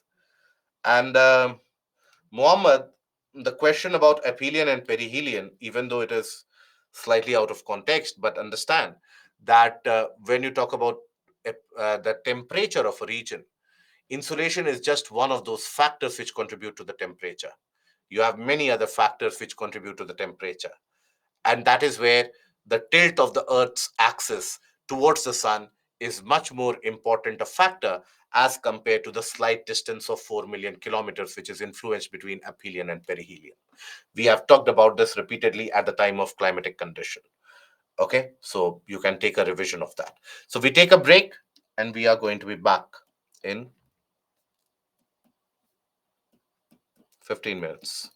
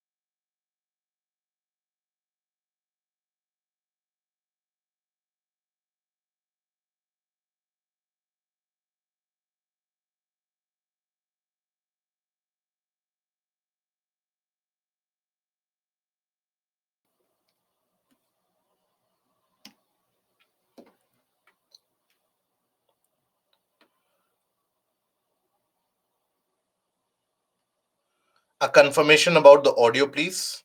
If the audio is clear and available. Thank you. So now we take a look at few of the features that have been created, that have been formed in the region of the Himalayas.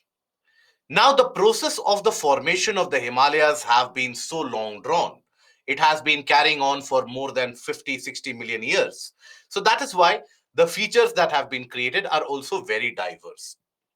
So we start with dunes and duars. Now these are basically depositional features. Both are one and the same. It is not as if dune is some different feature, duar is some different feature. Both of them are the same features. And these are depositional.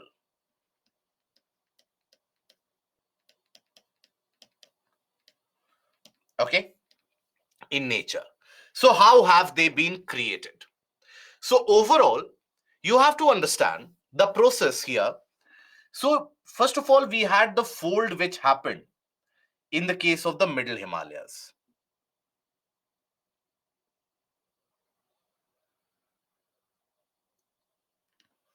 Okay, the middle Himalayas, they had been created. Now, from the middle Himalayas already, you had various different streams, rivers, etc. Small streams, not the large rivers we are talking about, but in many areas, large rivers would also come by. But in many areas, small streams, runoff water, etc., that would drain down the slope. And in front of them, in front of these small streams, you had the folding of the shivaliks, which started to happen. The shivaliks, they started to fold.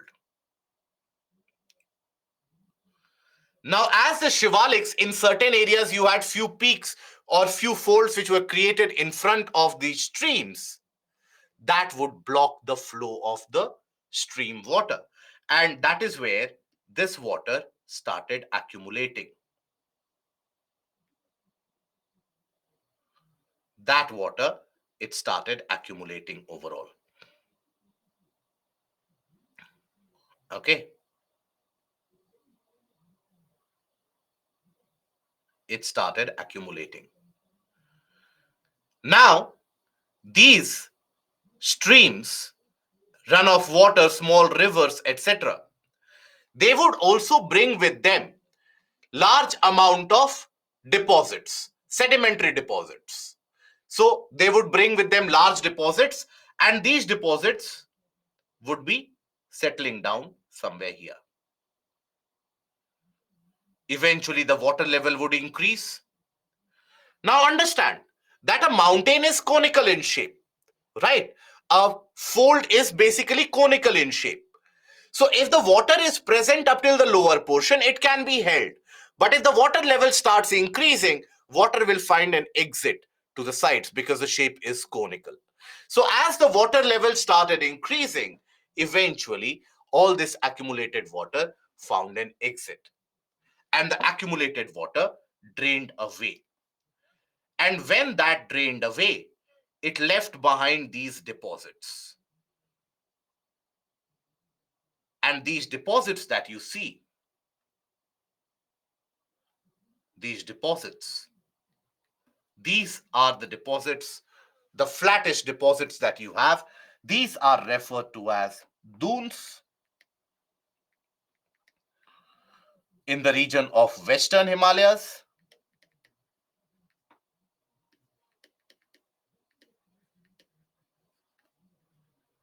and duars in the region of Eastern Himalayas.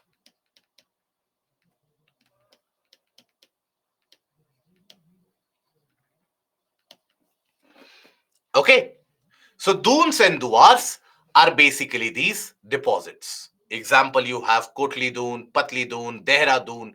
These are few of the examples. So again, I will repeat the entire process of formation. Please try to understand again and recap it again. So at a time when the middle Himalayas were already created around 40 million years back, the folding had happened.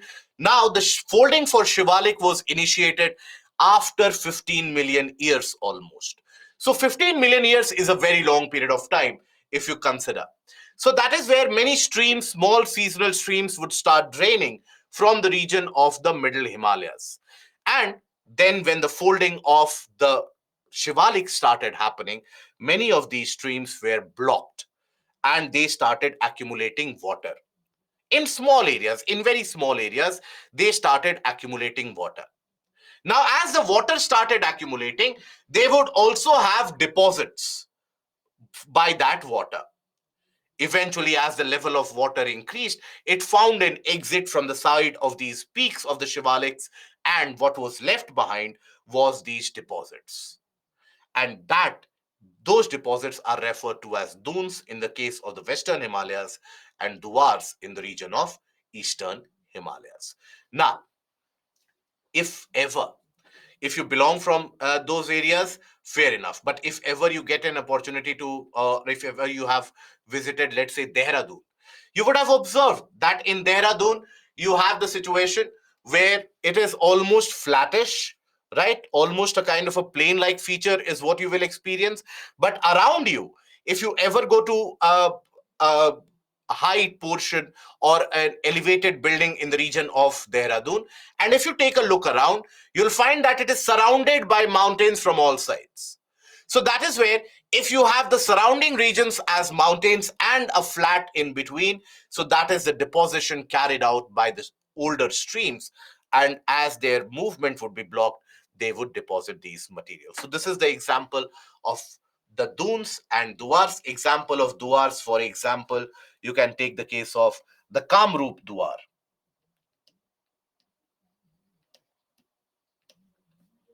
Kamrup duar. Right.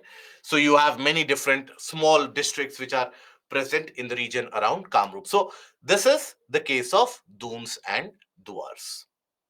Okay. Dunes and duars, there is no full form for this. It is not a short form. It is the name.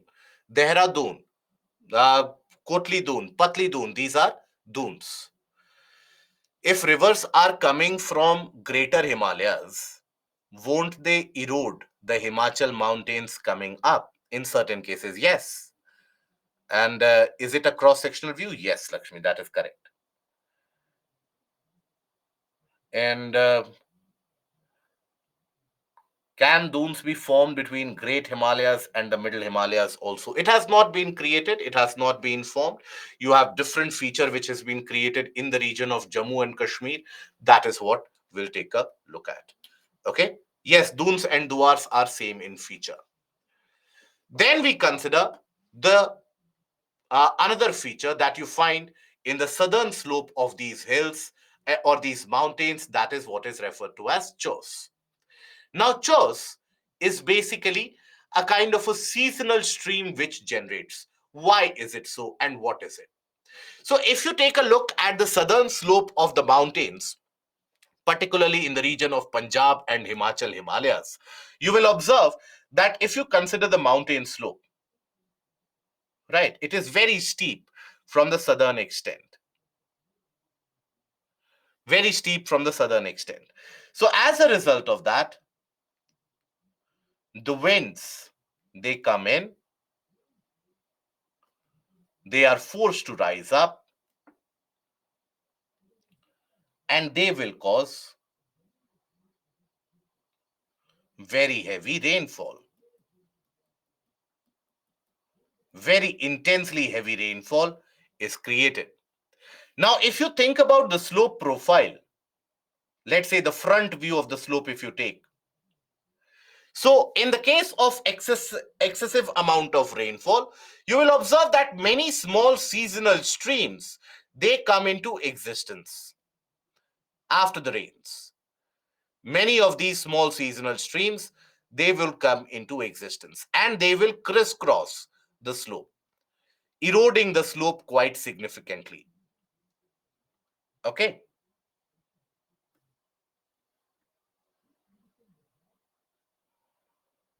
They will crisscross the slopes. And this seasonal streams, that is what is referred to as chos in general. Okay. So that is when During the rainy season, excessive amount of rainfall gives rise to many seasonal local streams. They carry out the erosional activity across the slope that leads to the creation of chores. Okay. Now, there is another feature that you observe to be created within these mountains in a manner which is very similar to dunes and duar formation, but the formation is on a much larger scale. On a much larger level, this deposition was carried out, and that is the karevas. Now, karevas, they are to be found in the region of Jammu Kashmir. Now, these karevas, they have been created again as a result of deposits. Just like you had the creation of dunes and duars, the difference is that in the case of dunes and duars, you have these isolated areas of deposit. One small area where the stream was blocked, one another area where another runoff was blocked. So you have very isolated formation of dunes and duars. In the case of karevas, you have the formation or the fold of the Pir Panjal mountain. When that was happening, that Pir Panjal mountain blocked the flow of the stream coming from the Great Himalayas, coming from the Zaskar range, and so on. So, in a way, here also, if you take a look, so you had the mountains to the north,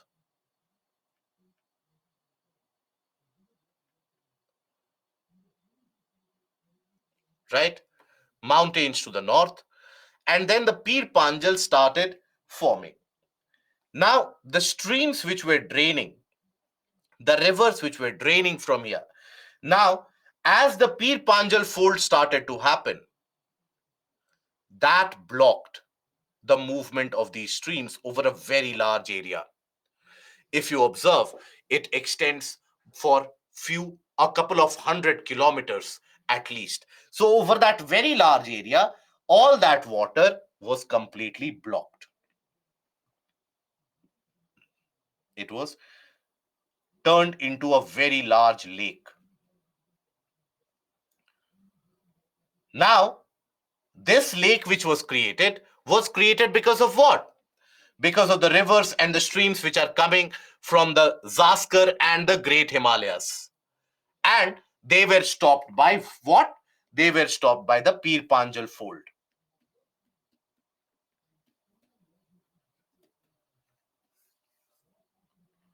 Okay, they were stopped by the Pir Panjal fold. Eventually, these lakes would also deposit a lot of sediments. Lot of fertile sediments would be deposited here. Lot of the fertile sediments would be deposited. And generally, when we talk about the deposits carried out by the lakes, by the formation of the lakes, you have a different name associated with it, and that is what is referred to as lacustrine deposit. Lacustrine deposit. That is deposit created due to formation of a large lake.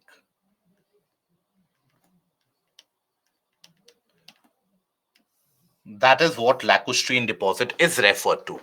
So here also, you had a very large lacustrine deposit which was created. Eventually, water level started increasing, and you had the presence of a gorge in near the town of Baramulla. Still, you find the gorge present in the region of Baramulla, the famous Baramulla Gorge as it is referred to. So that water drained out from the Baramulla Gorge and eventually emptied the region. And the water, when it drained away, it left behind very fertile sediments, very, very fertile, fine particle. And these are what are referred to as, these deposits are referred to as karevas. So here karevas, they have been formed as flow of water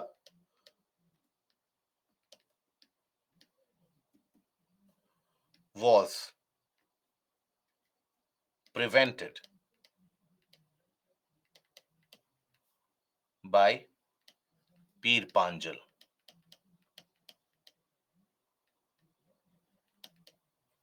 right? The Pir Panjal ranges.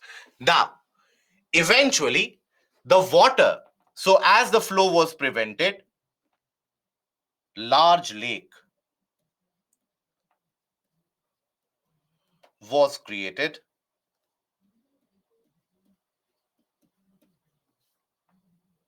which had very fertile deposits.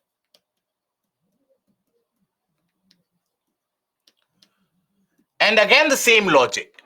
Eventually, the mountains, they are basically conical in shape. They are not steep wall like formation, they are conical in shape. So, beyond a point, as the water level increases, what will happen? The water will exit from the sides. So, water exited from the Baramulla Gorge. Water exited from Baramulla Gorge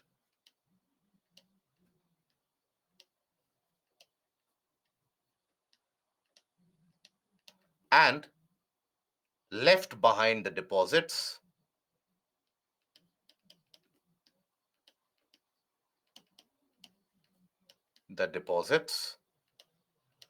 and these deposits are what we refer to as the karevas. Okay, these are very, very fertile. So that is why this is a region where you will find a lot of agricultural productivity, very significantly productive. In fact, agricultural productivity is one of the mainstays of the economy of Jammu Kashmir. Largely, people think that it is driven only by tourism. Tourism has got a significant proportion, but agriculture is again carried out very extensively. If ever you get an opportunity to visit, you would observe that agricultural activities are significantly carried out in a very large scale because the land in itself is so very fertile. So here you will find a lot of fertile, or you will find a lot of fruit orchards,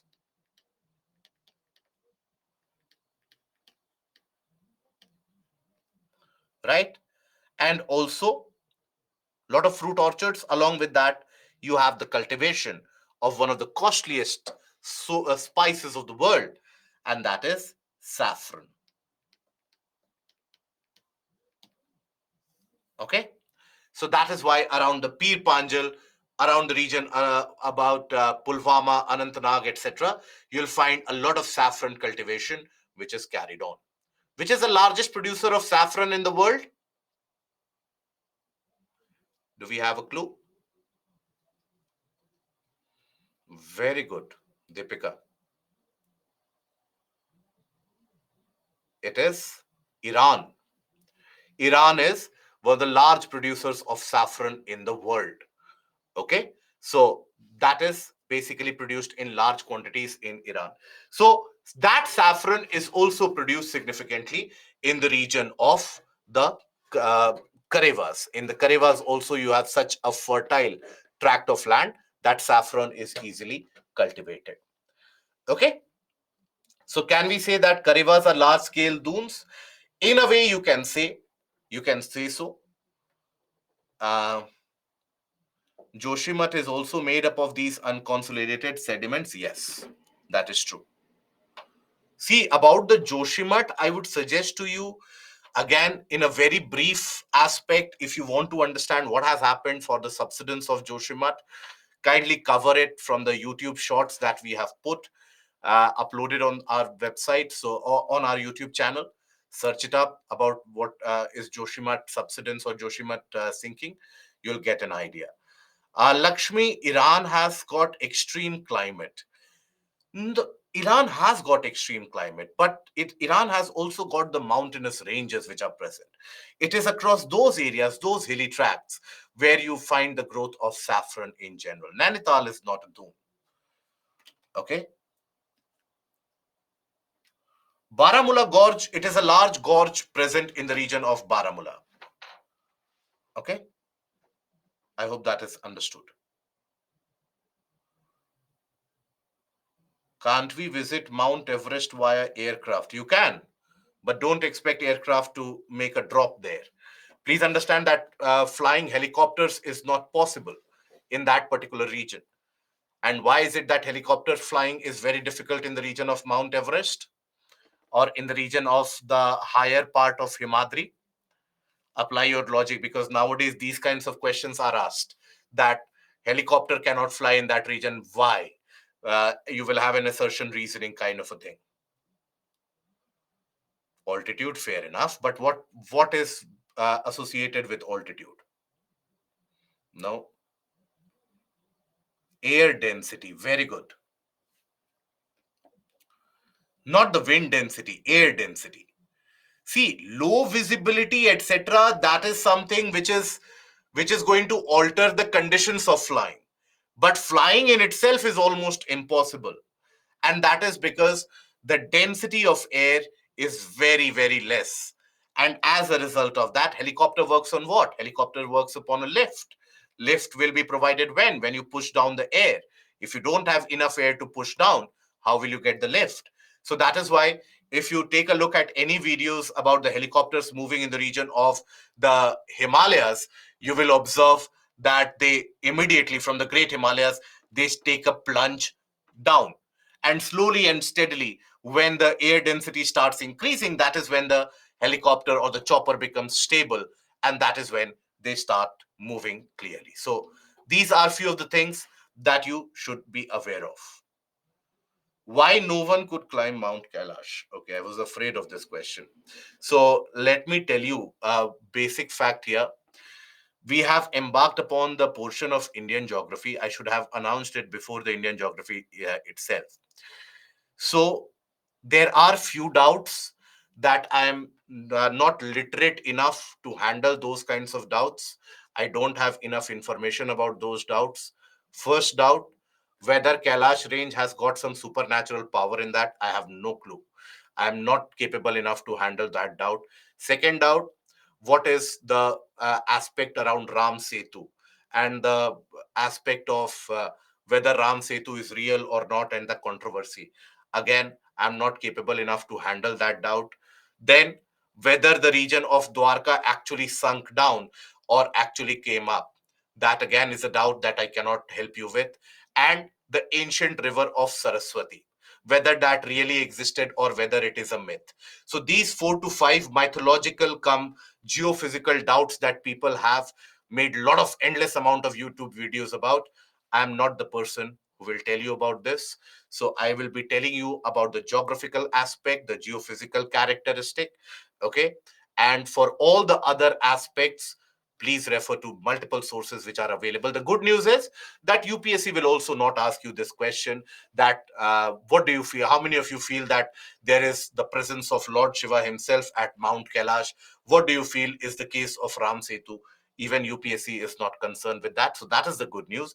The bad news is that just like I could not serve your curiosity for Bermuda Triangle, I won't be able to serve the curiosity even in these cases. I hope you understand. Now, how water drains away. Think about it. See, apply your logic. Why would water drain away, and how would water drain away? Do you think a supernatural force would be in action for the water to drain away? It follows very simple laws of physics, a very simple law of logic, rather. Water will drain away how and why? If they have an outlet, if they have an outlet to move, right? A kind of a gravity aided movement.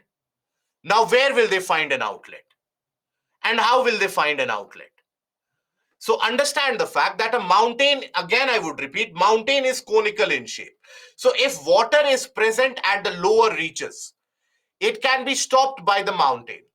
But if the water level increases, what happens? Won't it start draining from the sides? Now, why will the water level increase?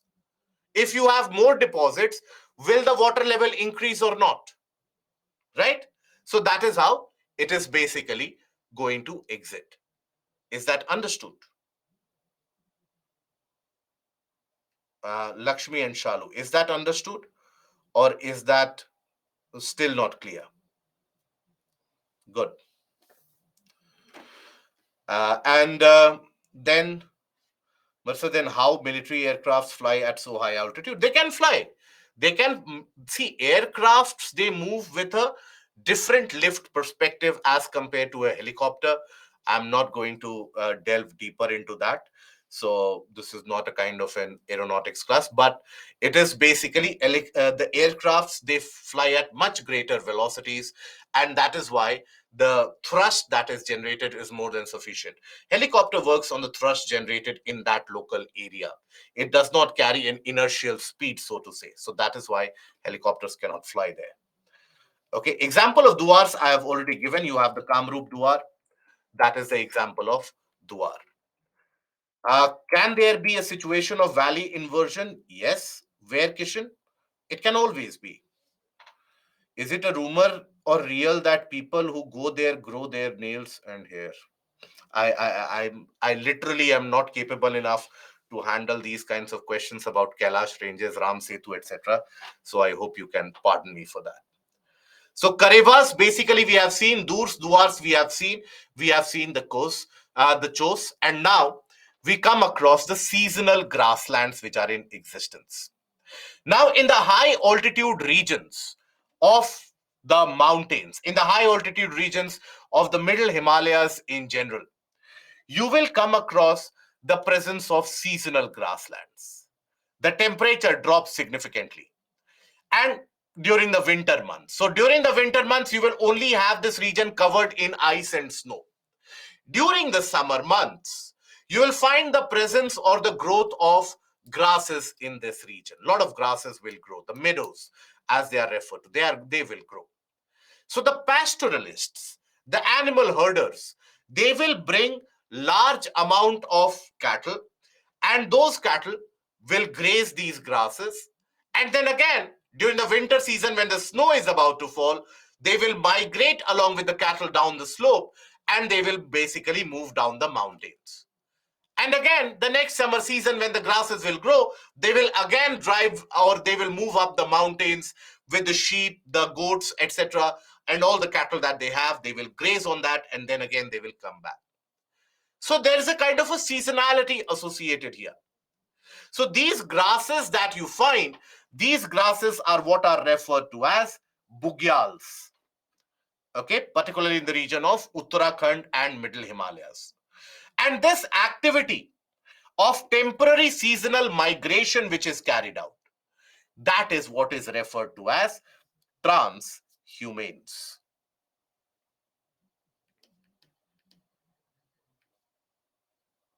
Humans.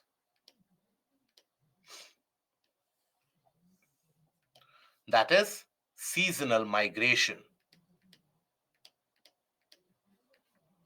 Migration by the pastoralists.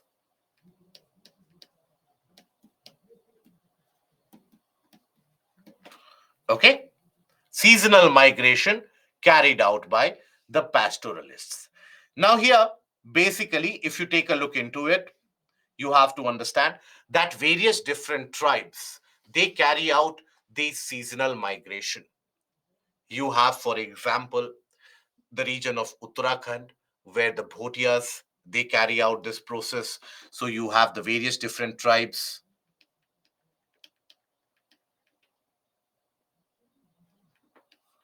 So you have the Bhotias. Okay. Then in the region of Jammu Kashmir, you have the Bakarwals.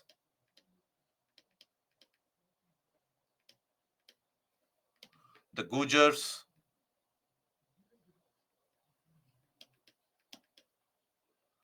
Right?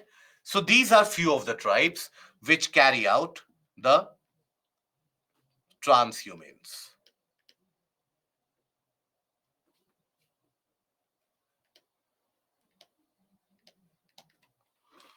Okay?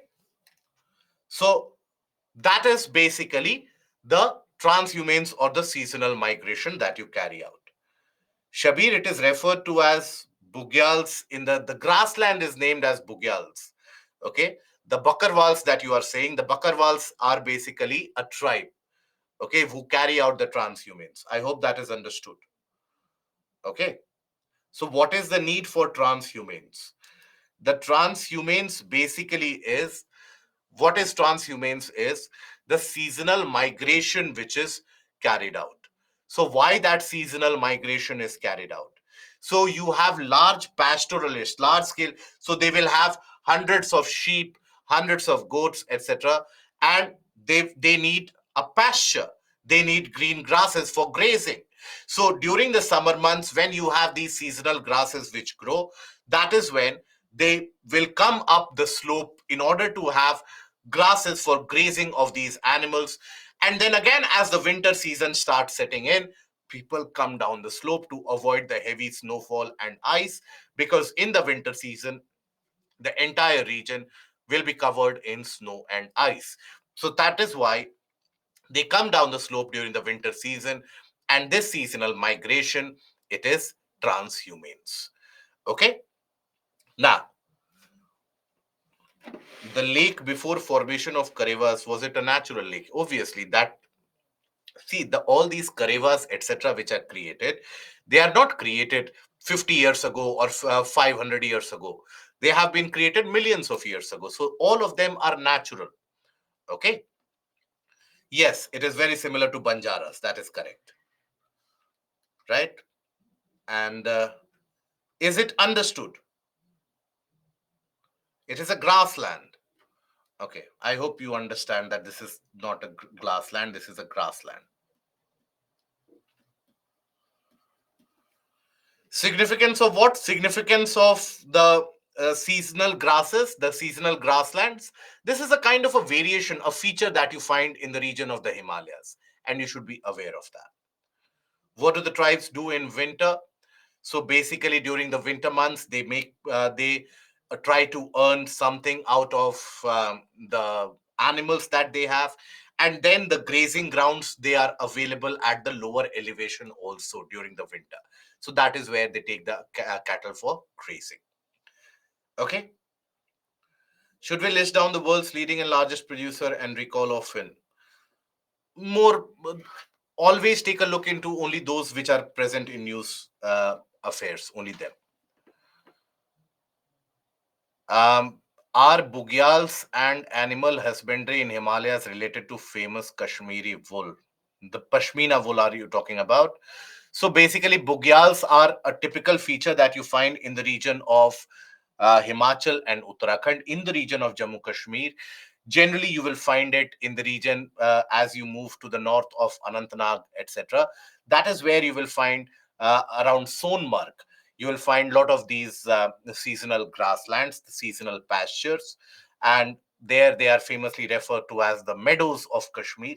So basically, yes, eventually the wool is an outcome of the sheep that they have, but you have a very different make of it and you have a different outcome associated. So not all bugyal is associated with that. Okay. Now, in the northeastern and the eastern portion, here again you will observe the fold, and here again the fold that you will observe has been created as a result of convergence, as a result of convergence, and as a result of compression. So here, as the Indian plate started moving and pushing towards the east, as if you imagine here like this, right? This was the Eurasian landmass. And as the Indian plate started moving, the first collision happened across the western side. And after that, due to the resistance, the swivel happened across the east. And that is basically when you would observe that the folding happened across these regions. So you have the Patkai Bum, then the Naga Hills, the Mizo or the Lushai, then you have the Barel and the Miki ranges in this region also. Garo Khasi Jayantia, they are not considered to be part of these eastern Himalayas. They are considered to be a part of the Peninsular Plateau, right? Their formation is said to be the same as is the case with the Peninsular Plateau. So when we talk about Peninsular Plateau, I'll talk about what are these Garo Khasi Jayantia and how they have separated from the rest of the Peninsular Plateau. So that is basically the portion of eastern part of Himalayas. That is, eastern Himalayas is basically classified on the regional basis as Darjeeling and Sikkim Himalayas here, and then you have the Arunachal Himalayas. Here, the Himalayan ranges, they are very, very narrow. That is, the distance from the plains to the Great Himalayas is very less. Whereas in the Western Himalayas, the distance from the plains to the Great Himalayas is very high. So that means in the case of the Western Himalayas, from the plains, first you will encounter a very thick Shivalik range, then a very distantly wide Himachal, then a very distantly wide Himadri. In the case of the Eastern Himalayas, if the skies are clear, then from the plains itself, immediately you will be able to get a view of the Great Himalayas also. Okay. Now, here you will come across mountain passes as well. So, what are mountain passes? Passes basically indicate way of passage. So, when you have the mountains, so obviously traveling through them, moving through them is not an easy task, is not an easy process. So, that is why wherever you have certain areas or the gaps in between, that is used for people to people travel, movement, trade, etc. And these are referred to as mountain passes. Now, after this, we come to the northern plains, one of the most fertile plains present not only in India but across the globe as well. Are these grassland areas of Himalayas located in the leeward side since there is no snow? So, no, they are situated, Pulkit, these uh, grasslands that you observe, these are situated beyond a particular height in the mountains. You will not find trees. You will only find grasses beyond a particular height because the temperature reduces significantly.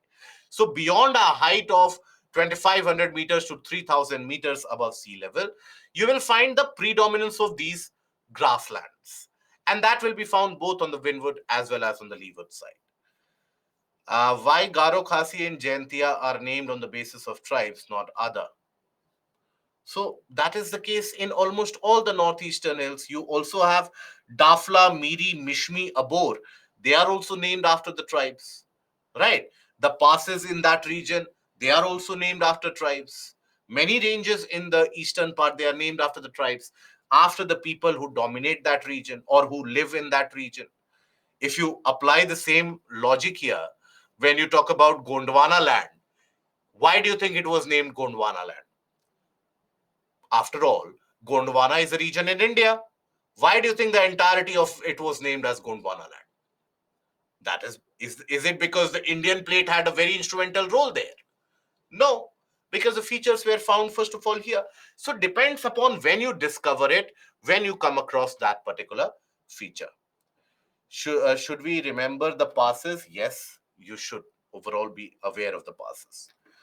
Now the northern plains, one of the most fertile plains out there. Now, this has got very thick sedimentary deposit. In many areas, the sedimentary deposits, they have gained a depth of even few kilometers, right? In certain areas, it is expected that the deposits have a depth of 2 kilometers or so. Now, what is the height, the elevation of these plains? The elevation of these plains is close to the sea level, around 100 meters above sea level in many areas, and in many areas very close to the sea level. So if the plains are at an elevation of the sea level, and then I tell you that the sediments are 2 kilometers deep, how would it have been created? How is it that sedimentary deposits have happened up to a depth of 2 kilometers and now the land has reached the sea level? That means that region would not always have been a flat land.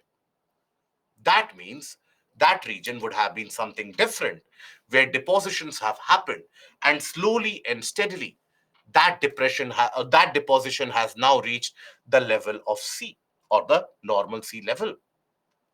So there had been a lot of theories provided about the formation of the northern plains.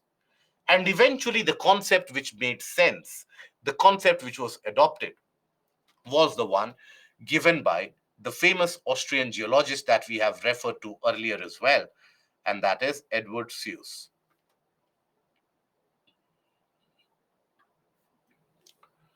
Now, Edward Seuss provided the concept of four deep.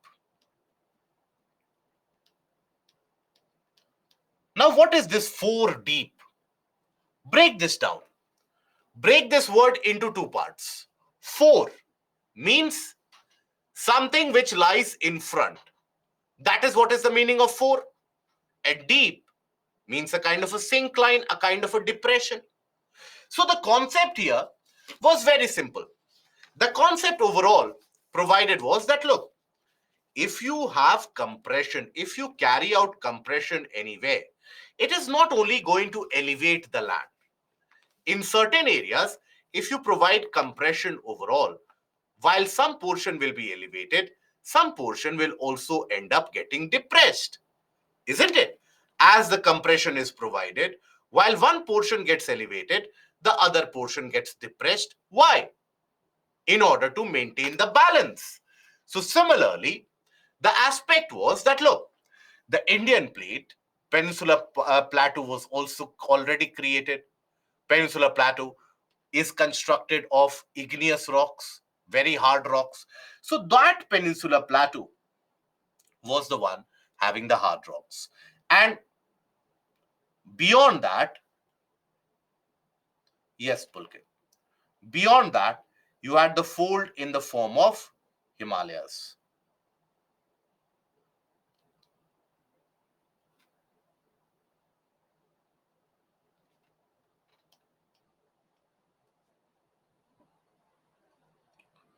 The fold in the form of Himalayas.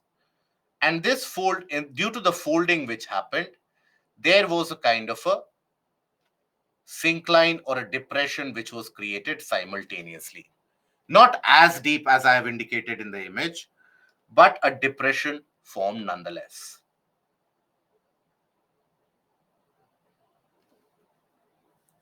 Now it is said that for a long time, the rivers originating what is also sometimes referred to as the Indo-Brahm rivers. Basically, that includes Indus, Ganga, and Brahmaputra. So those Indo-Brahm rivers would drain into this kind of a depression. They would start accumulating water and they would start carrying out the deposits. It was eventually the land which subsided in the present day region of Bangladesh. Why it subsided, we will talk about that.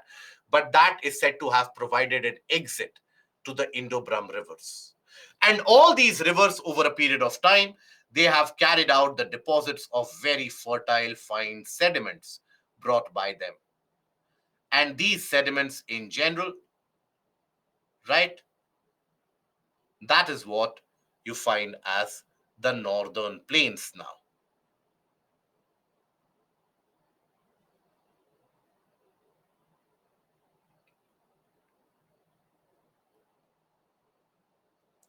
Okay, so deposits carried out by Himalayan rivers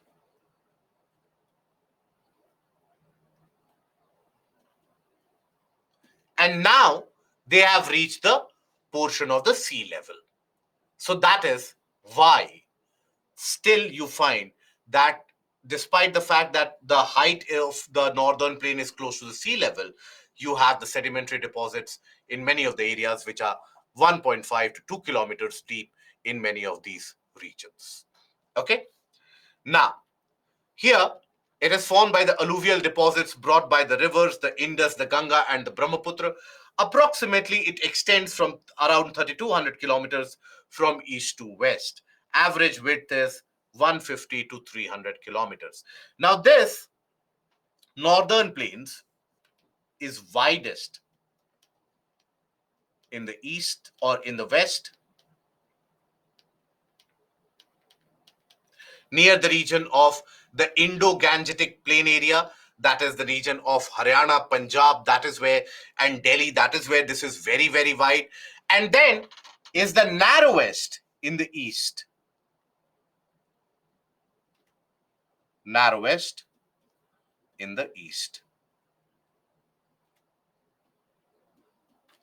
And that narrowest in portion in the east is in the region of the Rajmahal Hills.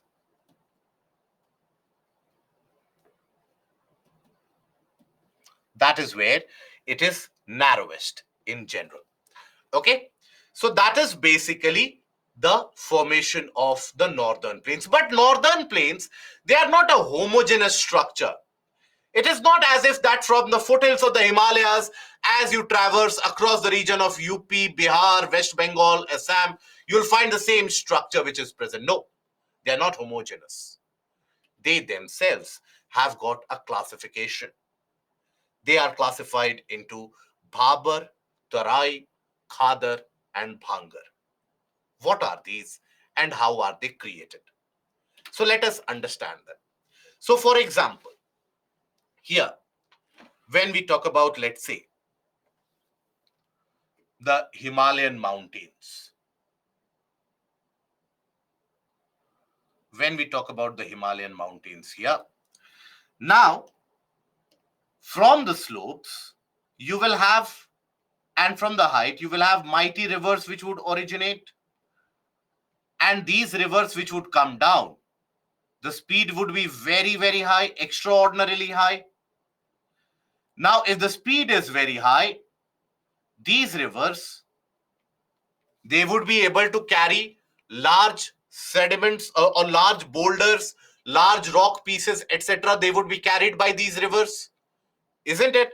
Now, as long as they are moving down the slope, these boulders, these rock pieces, they would be carried by the river. But as soon as you hit the end of the slope, you hit the bottom, what would happen? Think about it. Will the large boulders and rock pieces be carried by the river again? No, the river won't be able to carry them any further. So then begins deposition. So all those large rocky boulders and large rocky pieces that you have, they will start getting deposited.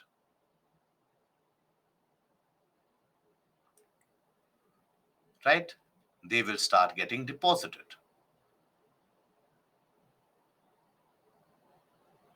If ever you have been to, let's say, or you have walked around the region of Rishikesh, right up till the region of Haridwar, you'll find in many areas these deposits are to be observed.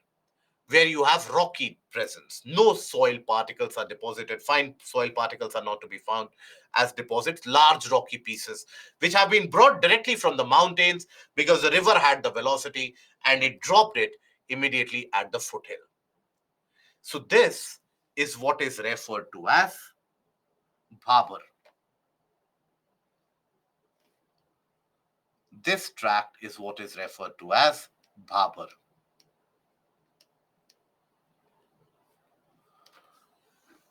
Okay? Now, think about it. Can agriculture be carried out in this region? What do you think? Agriculture, can it be carried out in this region or no? Good. Absolutely not. But here you will still end up finding a couple of trees lying down here and there. So trees would be found. It is not to be devoid of vegetation, but then no agriculture or cultivation to be carried out. This oftentimes extends around 8 to 10 kilometers. Right? 8 to 10 kilometers is the extension of this. Now, in this region, if you take a look at the surface, you will only be able to see rocks. You won't be able to figure out where the river is flowing. And that is where sometimes during the evening and the nights, it presents a very scary picture, to say the least, because you constantly are able to hear the rumble of the river. You constantly are able to hear that how fast the water is moving, but you are not able to see the water. All that you are able to see is the rocks. So consistently you are aware that underneath these rocks, the mighty river does exist, but then it is hidden by these rocks. Now, eventually, as the water moves beyond these deposits, then water comes into a flat area, a flat plain area, where it doesn't have a predefined river channel. What is a river channel? A river channel is that pathway through which the river flows. So, as the water comes out from this region of Bhabar, it comes to an area where the river doesn't have a predefined channel of flow. So, what will happen to all that water? That water will spread, isn't it? If you have, let's say, in your house, in the older government buildings, if you go to, you'll find that almost all the large rooms and almost all the large washrooms and the verandas, they would have a small drain on the side, a very small drain. And when you pour water, water would flood out of the drain, automatically channelized. But if it is a flat area and you pour water, what happens? Water will take endless amount of paths. It will divert endlessly, isn't it? Something very similar happens after Bhabar as well. Immediately after Bhabar, you will observe that as the water encounters the flat area, it divides into many small channels.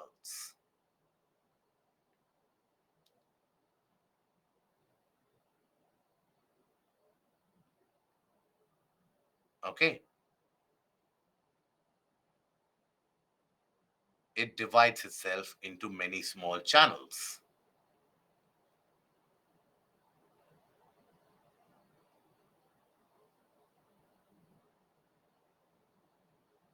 And in that entire region, you'll find many small channels of the river. And eventually, after some distance, it will make a unified river channel and then it flows through the region of the plains. But in this area, where the water divides itself into many such small channels, interconnected channels as it flows, here there will be moisture sufficiency, moisture surplus in certain cases also. So a lot of moisture because there is a lot of water which is available. Water is flowing here and there. So the soil that you find in that region will be slightly muddy in nature, clay or like clay in characteristic. They will have a lot of water.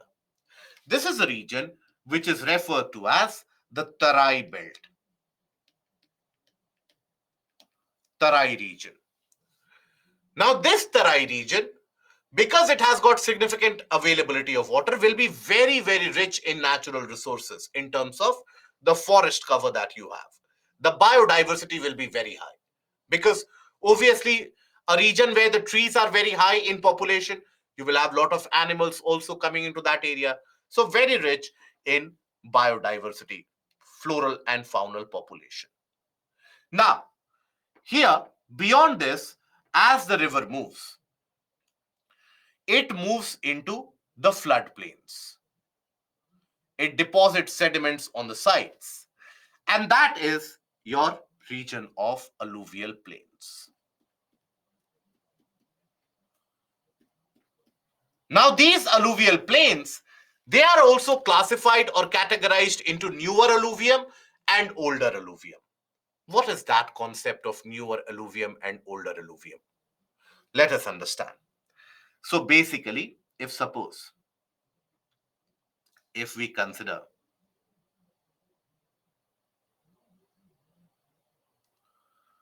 this as the floodplain, let's say this is the river channel, and this is your floodplain. Now understand this carefully once, and this is where the water flows. This is the river channel. Now, as the river flows, it might have happened that earlier, 100 years, 200 years back, the flow would have been much greater. The flow would have been much larger. Now, let's suppose there was a mighty flood 150 years back, or 200 years back, or somewhere around that. You had a very large, mighty flood which covered this entire tract.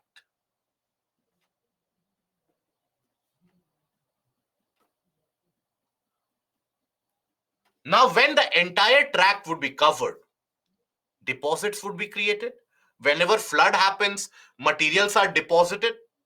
So that is when the deposits would have been created here, isn't it? Here you would have the presence of deposits in this region. Here also you would have the presence of deposits in this region. Now, this happened a long time back.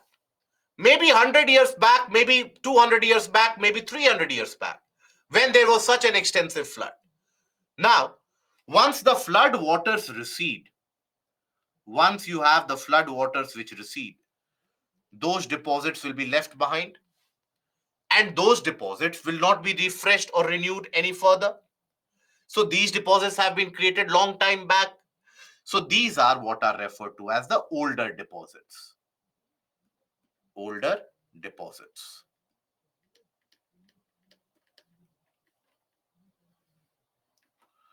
Okay.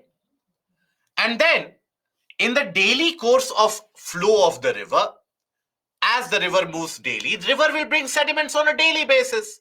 So those sediments, they will be dropped, the silt as it is referred to, the silt will be deposited immediately on the banks of the river, on the sides of the river, right? So this is getting replenished on a daily basis. These deposits are getting replenished on a daily basis, on a monthly, weekly basis. These are your newer deposits. Newer deposits. Right. So the older deposits, they are referred to as bhangar,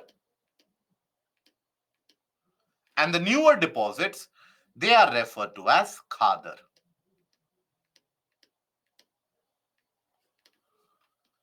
Now, out of bhangar and khadar, which of them do you think is much more fertile? Bhangar or khadar? Which of them do you think will be more fertile? Very good. It is basically the khadar, the newer deposits, more fertile. So here you can grow almost any type of crops that you want. In the region of Bhangar, you can only grow certain crops such as, for example, maize, millets, pulses can be grown.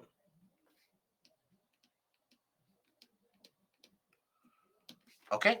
Whereas in the region of Khadar, you can grow virtually any kind and every kind of crop which is created. Why newer deposits are more fertile than the older one? That is because they will bring minerals. What is fertility? When you say fertile, something is fertile. What do you think is meant by fertility? Let me know. Fertility is the ability to support the plant growth. Now, when will a region have the ability to support plant growth? When it has got a lot of minerals. Where is it that the minerals are coming from in these regions? Do they come slowly and steadily? They automatically appear by some divine intervention? Absolutely not. So they are brought by the rivers. So the more frequently that the rivers bring these minerals, more fertile a region will be. So the newer ones, they are being brought more frequently. So they will be more fertile, isn't it? No, Khadar is basically much larger than a natural levee pulkit. Okay, right? And Pintu, in the region of Tarai, river is divided, and in alluvial plain again they meet with each other. My question is how they meet. They may choose a different, so they don't divide in such a manner that if river Ganga is coming, one stream will go 500 kilometers that side, another stream will go 200 kilometers other side to meet again in the next birth. No. So basically there is a slight distance between them, a few kilometers at max, a couple of kilometers. And eventually, please understand, the rivers, they don't have a mind of their own. They flow. Why? because wherever they will get the slope, they will flow. Wherever they will get the gradient, they will flow. So the meeting again will be created by the slope factor itself. Okay. So now let us take a look at that. Yes, silt basically, Nisarga, silt is the deposits brought by the river, that is referred to as silt. Khadar lies in floodplains, or floodplains lie in Khandar. Okay. Khadar lies in the floodplains. Is Khadar around the region of Bihar? Yes, Khadar and Bhangar both are there in the region of Bihar. And even in the case of West Bengal, even in the case of Uttar Pradesh. Sejal, do the older deposits disappear or remain there? They will remain there. Where will they disappear? And in Tarai region, why don't river deposit? They will deposit. They will carry out the deposit in certain areas. They will do it. Okay.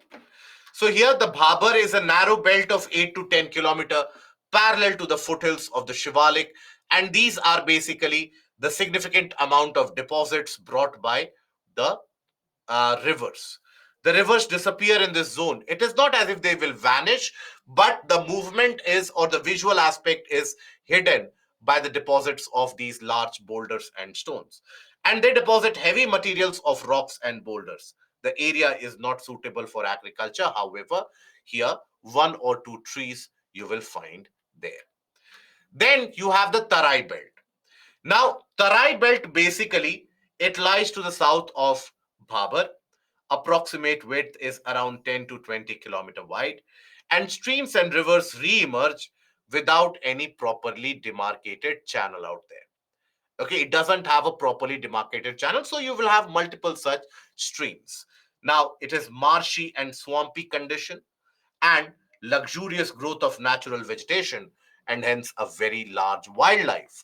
For example, here you will find amongst the wildlife, you'll find a lot of elephant population, you will find a lot of tiger population, you will find one horned rhino population also.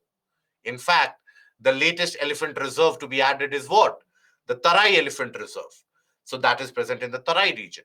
The Corbett Tiger Reserve, present in the Tarai region. The Dundwa Tiger Ranges, situated in the Tarai region. The Manas Protected Area, situated in the Tarai region. The Pubitora region, situated in the region of Tarai. So Tarai is a widespread area, very luxurious growth of natural vegetation because of surplus of water, and that brings about a surplus amount of animal population also. Mangrove will also be found here, yes, in certain areas, but not extensively. In certain areas, mangrove will also be found. Then, when we talk about the alluvial plains divided into Khadar and Bhangar, Bhangar is the older alluvium formed along the riverbeds, forming terraces higher than the floodplain. Means what?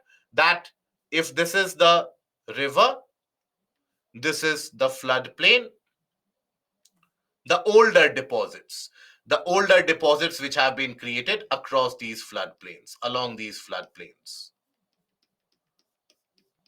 right? The older deposits. Now, these deposits, over a period of time, due to the weight imposed from the top, these deposits, they form calcareous concretions. That is, the calcium which is present in them, that starts combining with the other small grains of particles, and they form larger particles in general, larger grains. And those larger grains are referred to as conchers. Many of the time, in the wheat crop, in the rice crop in particular, when you buy some rice, let's say from the open market, not the packaged one, when you go to many areas of the country still today, if you buy rice in the from the open market, and I'm sure you would have seen that. So you come across these tiny pebbles of sorts, right? They are referred to as conchers.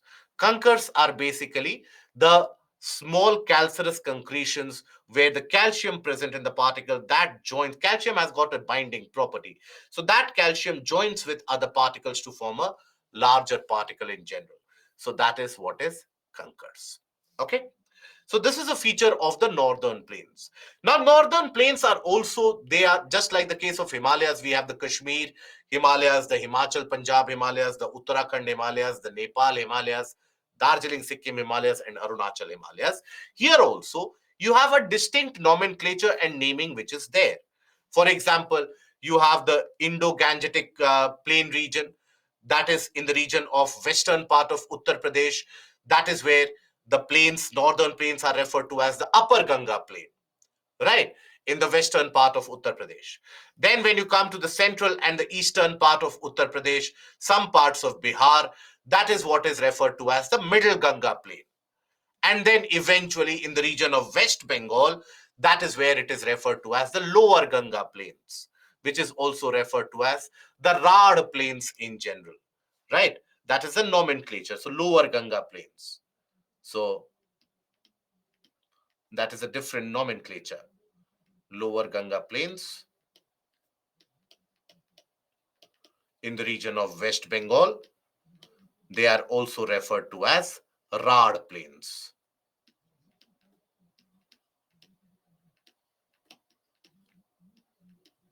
All these features you will find to be present in the additional reading material, guys. So please never panic that whether a name will be missed out or not.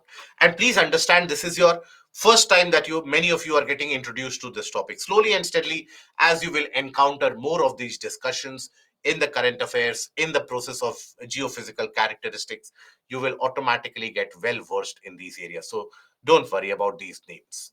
Now, when we talk about, let's say, pin to the query about mapping, I'll take at the end. Now we come to the portion of the Great Indian Desert, that is the Thar Desert.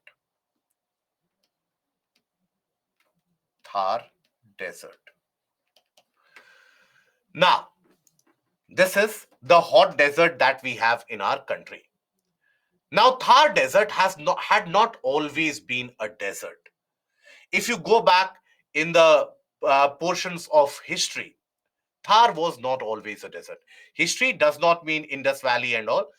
History means millions of years ago.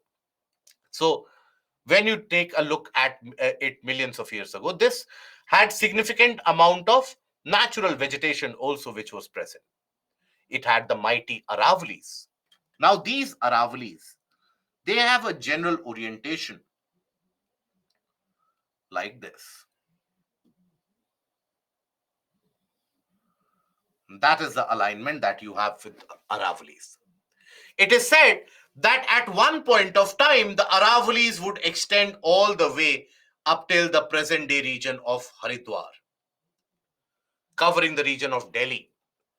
That is why even today, if you happen to go to Delhi and around the region from in Delhi, from Gurgaon all the way around Dhaula Kuan and even all the way till Karol Bagh and all, you will find that there is an upraised portion. There's an elevated area, not exactly a hill, but a kind of a ridge like feature, which is predominant even in the case of Gurgaon. And then furthermore, as you move into Rajasthan, it will still be found. That is the Delhi Ridge. It is said to be a remnant of the ancient Aravallis.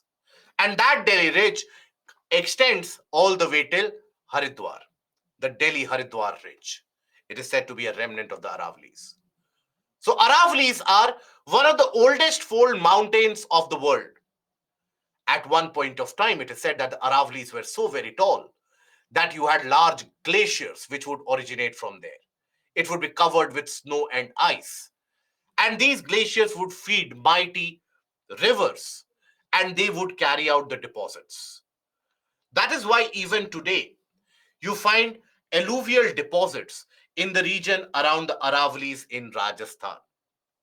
And those alluvial deposits around Rajasthan, they are what are also referred to as Rajasthan Bagar.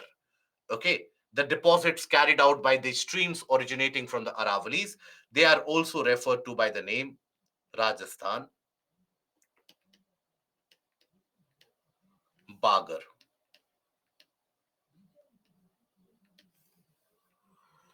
Okay, just this is just for your reference so that you should be aware of it. Nothing to do with the Thar Desert.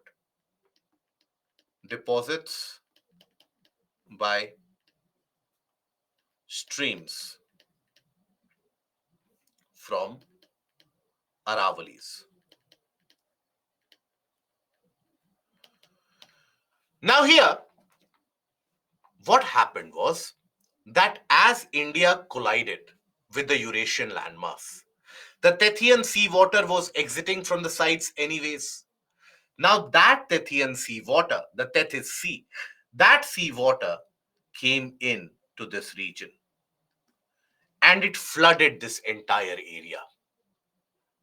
And that region, this particular region of Western Rajasthan, for a long period of time, it stayed underwater. And whenever you have shallow seawater in a region, what are the natural resources which get created? So wherever you have seawater, in those areas, you have the chances of formation of crude oil, fossil fuel. So that is why the water eventually receded. Why would the water recede? Because eventually, as further collisions happened all around this particular area, you had the landmass which started colliding, so the water exited. But you had the formation of crude oil. That is why even today, in the region around Bikaner and western part of Rajasthan, you find significant amount of crude oil to be found. Okay. Also, a portion which is underwater, there you will find the formation of limestone. So, and limestone metamorphoses to form what? Metamorphosis of limestone leads to formation of which particular resource or mineral? Very good. Marble. So that is why here in Rajasthan, you would hear the very famous Makrana marbles, right? And the famous Rajasthani marbles, they were also utilized and they were important for the construction of the famous Taj, the Taj Mahal, isn't it? So this is basically the geological history of this. But how did it become a desert? So you had these deposits which were created. And as it arrived in the present location, the monsoon started becoming extensive. But the problem with the monsoon is, in the case of Rajasthan, the problem with the monsoon is the alignment or the orientation of the Aravalis. Alignment of Aravalis.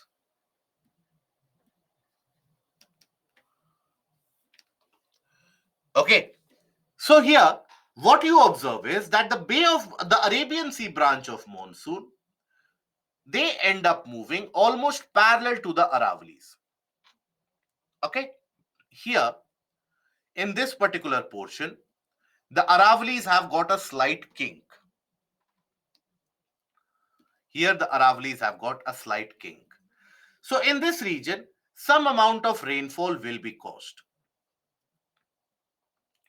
So, that is why southern part of Rajasthan does receive some amount of rainfall. But in the rest of the region, you observe that the monsoon winds are parallel and they will continue to move until they hit the Himalayan foothills. Now, the Bay of Bengal branch of monsoon, they come here, automatically they would have drained most of the moisture by the time they reach the region of Rajasthan, because they are bringing moisture all the way from the region of Bay of Bengal. So here, they do cause some amount of rainfall in the eastern part of Rajasthan. Okay. Some amount of rainfall is caused here.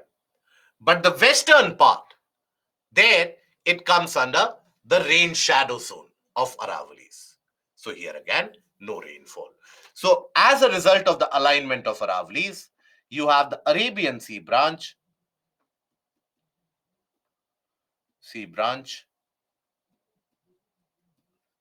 is parallel.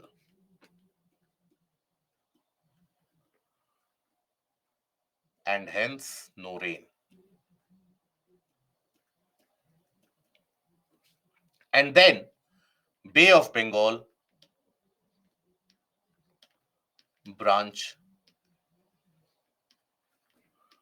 will bring rains, will cause rains in the eastern part.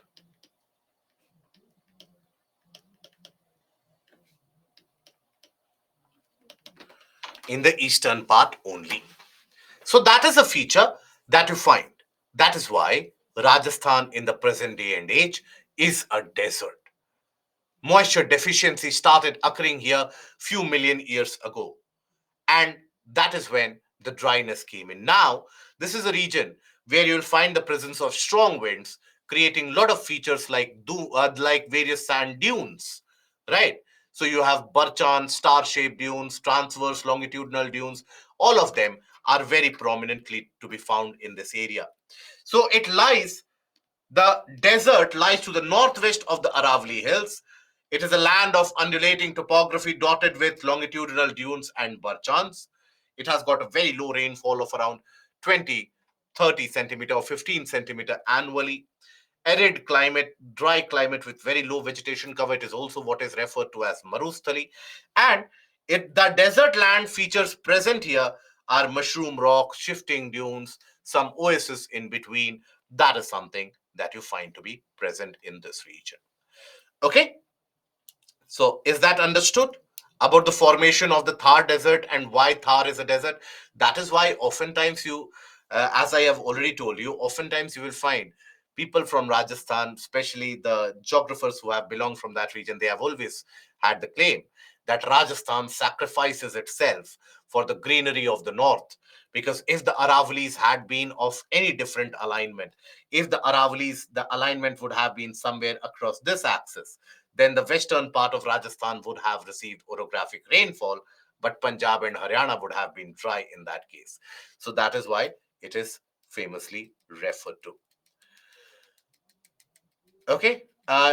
That means if the Himalayas is not present, then the northern part becomes desert. There are high chances because the winds will escape to the north. Pulkit, won't western disturbance cause rainfall in western Rajasthan? No. Western disturbance comes much to the north. Western disturbances create some rainfall in the northern part of the Rajasthan, the Shekhawati region of Rajasthan, not in the western part. Okay.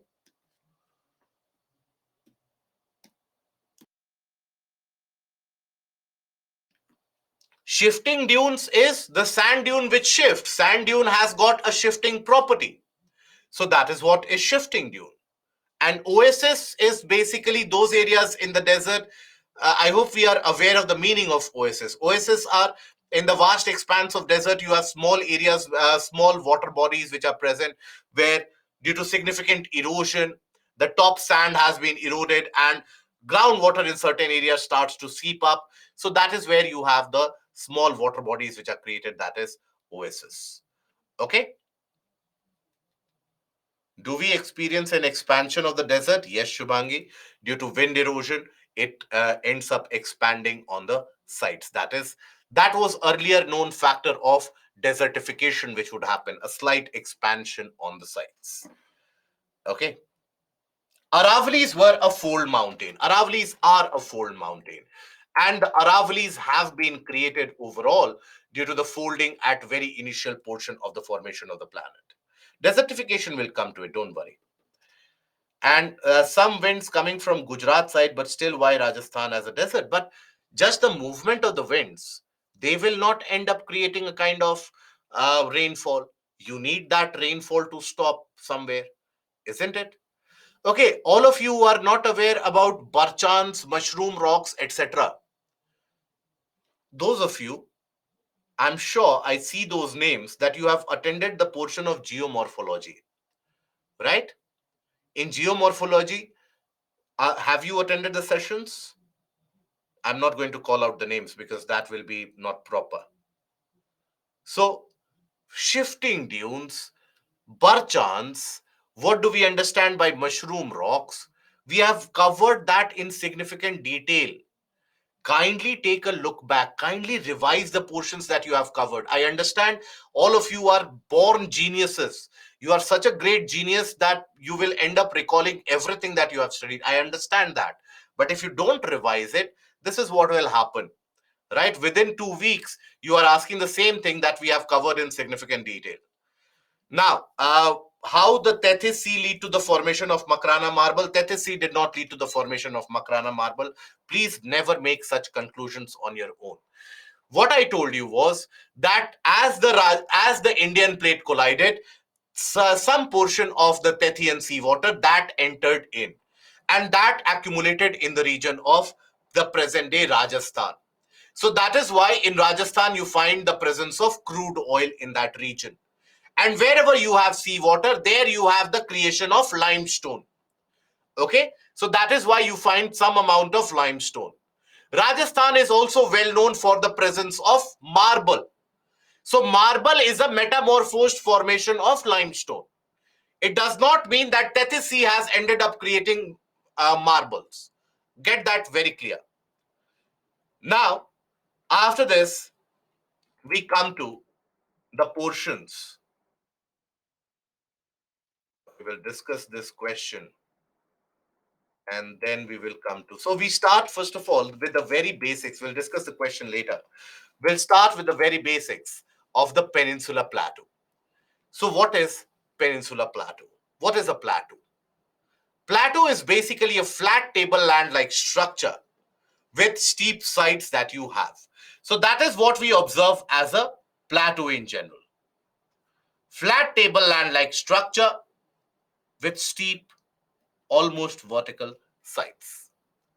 Now, Peninsula Plateau, when we talk about the Peninsula Plateau in India, it is not only the oldest landmass across the country, it is one of the oldest landmasses which are present across the entirety of the world.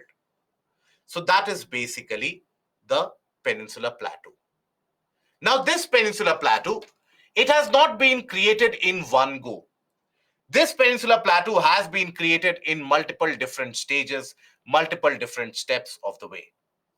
So you had multiple different small plateaus getting created and they came together, they joined together. So for example, all of them, by the way, have been created as a result of volcanic action. So first of all, you had the formation of the Chota Nagpur Plateau. The Chota Nagpur Plateau got created. Simultaneously, you also had the formation of the Bastar Plateau here. Bastar Plateau also got created. Simultaneously, you had the creation of a land in the region of Bundelkhand, and that land very early, around a couple of billion years back, that land underwent a kind of an ocean continental convergence as it is estimated at that point of time. And that created a fold, the oldest fold mountain that we refer to as the Aravallis. So the Aravallis and the Bundelkhand region. And then you also had the Karnataka Plateau. So these were the earliest formations. And then the land was not as you see today in a kind of a triangular shape. These were individual ones, right? These were the individual ones which were created. And they were not joined. Slowly and steadily, they started moving and they started merging. So when they merged, that is when you had the creation, for example, Chota Nagpur and the Bastar Plateau. They merged and they created what we today see as the Garjat Hills in Odisha. And basically, since these were created billions of years ago, you also had river systems which would originate from these plateaus. And these river systems would carry out deposits. They would erode the materials from these plateaus and they would deposit them. Like that, depositional sediments and sedimentary rocks were created. And you had other small plateaus created in between. Now, these depositional features, they created sedimentary rocks. In many of the areas, the sedimentary rocks, they got converted into metamorphic rocks also. But largely, in many of the regions, you will find sedimentary rocks to be dominant. Now, this was the larger shape. In fact, the shape was of the Peninsular Plateau was somewhat like this.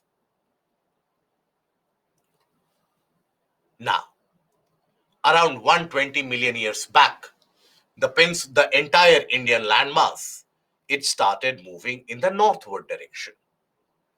Now, as the Indian landmass started moving north, there it encountered a large volcanic hotspot. What was the name of the volcanic hotspot? We have talked about it earlier also. Let me know the name of the volcanic hotspot. Good, very beautiful. So that is Reunion Island hotspot.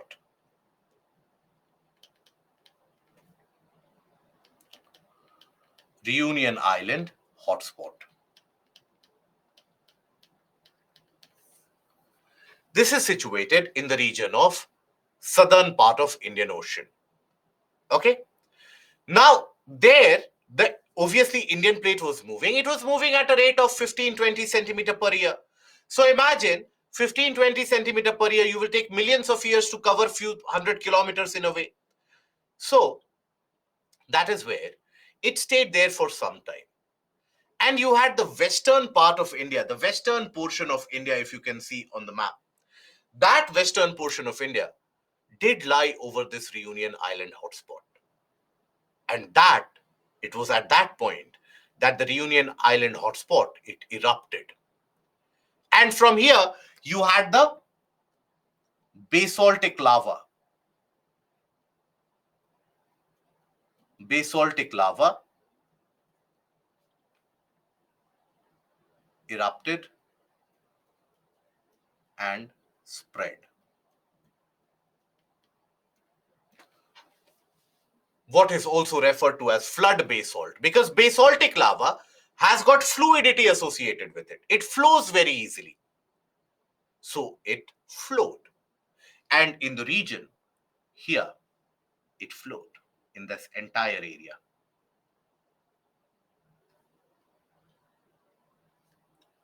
That basaltic lava flowed. Now it did not stop after one flow. You had multiple such eruptions. Every few thousand years, multiple such eruptions would happen. So as a result of that, these were deposits. The volcanic deposits were created. You had these deposits. On top of that, many of the times, water bodies would come into existence for a few thousand years. And then again, another wave of eruption leading to another set of deposits. It is estimated that in the series of deposits, as long as India was, or in the duration that India was above the Reunion Island hotspot, you had close to around 1.5 lakh kilometer cube, right? That much volume of molten materials were expelled by the Reunion Island hotspot. So that was expelled. It was deposited, layer upon layer. In many of the cases, within the layers, they held water also. But these were volcanic rocks. And eventually, on the sides, what do you observe? You observe a kind of a step-like feature. You observe a kind of a step-like feature. And this step-like feature, this is what is referred to as trepen. And from here, the term has been derived traps. And hence, this is a region we refer to as Deccan traps.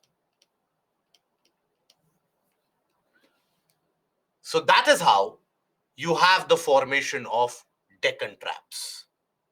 Now, this basaltic lava and the basaltic igneous rock, when it disintegrates, it forms the black soil, because the basalt is in itself blackish in characteristic.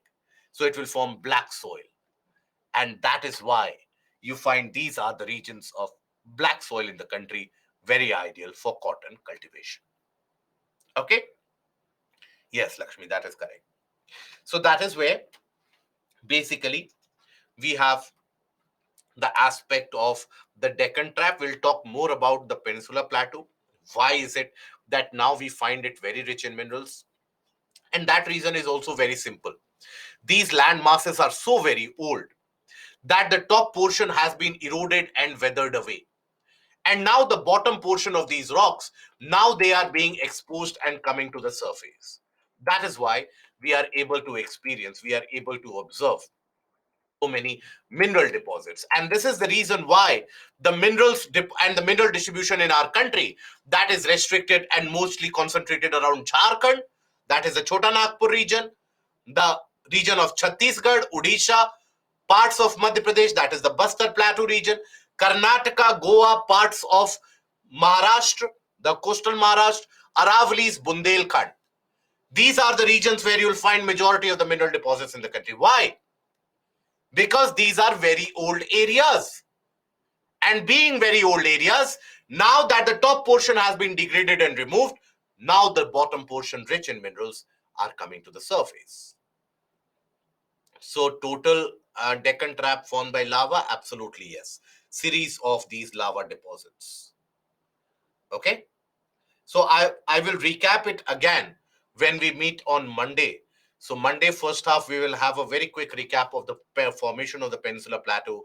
Then we will talk about the formation of the Western Ghats and so on.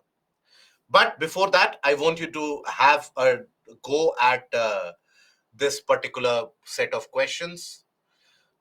So consider the following statements. In the tropical zone, the western section of the oceans are warmer than the eastern sections owing to the influence of trade winds. In the temperate zone, westerlies make the eastern section of the oceans warmer than the western sections. Which of them are correct?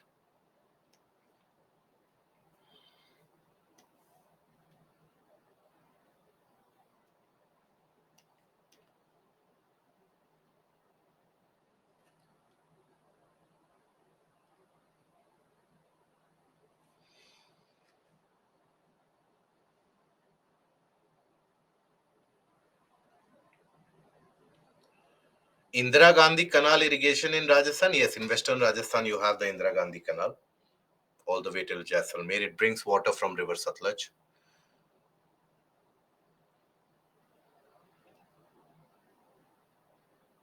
Good. Majority of you have given the correct answer in this.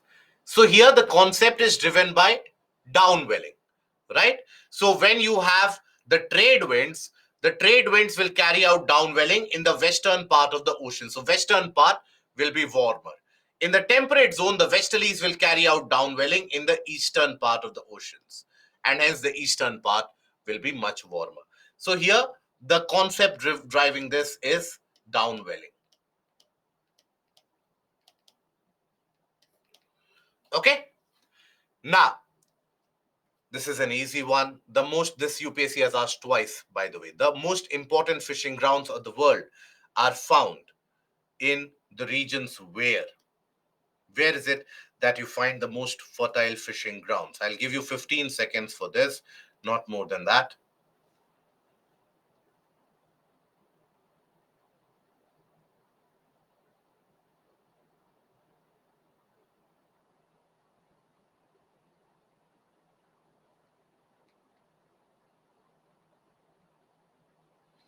So good. So these are the regions where warm and cold ocean currents, they will mix. That is where you have the very fertile and important fishing grounds. Now, tides occur in the oceans and seas due to which of the following? The formation of the tides is because of which of these following instances? Okay, I'll give you 30 seconds in this case. But here again, 15 seconds should be sufficient.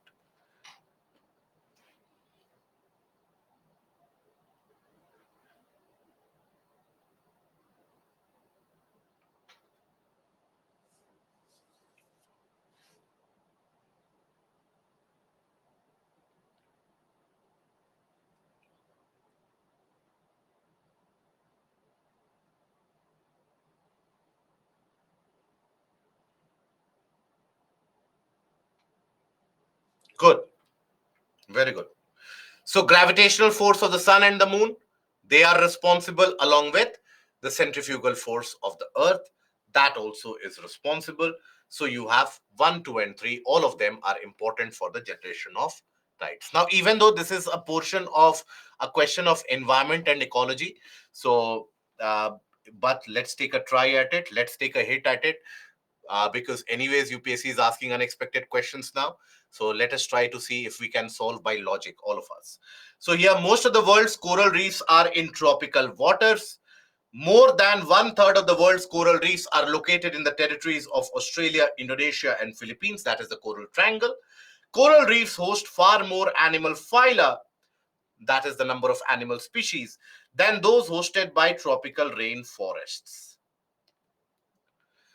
Shalu, Bundelkhand Plateau also formed out of volcanic activity? Yes, the Chota Nagpur Plateau, the Bundelkhand Plateau, the Bastar Plateau, Karnataka Plateau, all of them volcanic activities. So, in fact, on Monday, what I will do is I will introduce you to the very basic concept of what is a craton. That is a building block of any continent that we have. So, we refer to them as Bundelkhand Craton, the Chota Nagpur Craton, the Bastar Craton. So, that is what we'll do on Monday. Okay. Yes, Prince, you are correct. So here, not many of you have given the correct answer. So here, basically, see, most of you are convinced, almost around 87% of you are convinced that 1 and 2 is correct. It is the third option where few of you are finding it a bit dicey here. So that is because of the number of species that you find. Now, in the tropical rainforest, even if you consider the number of insects only and the species of insects which are there, that will be very, very high. So tropical rainforests generally are said to have consist of large number of animal phyla as compared to the coral reefs. Okay. Now, this was again a question which was asked in 2017. This is a question that we have discussed. So I'll give you 30 seconds only because you need to read the statement. But other than that, it won't take much time. At one of the place in India, if you stand on the seashore and watch the sea, you'll find that the seawater recedes from the shoreline a few kilometers and comes back to the shore twice a day. And you can actually walk on the seafloor when the water recedes. This unique phenomena is seen at Mohini. In the previous question, A was the correct answer. Done, Anshu. I will show you the leaderboard. Don't worry. So here you have Chandipur in Odisha. That is the correct answer. So C is the correct answer in this case. So here, the leaderboard.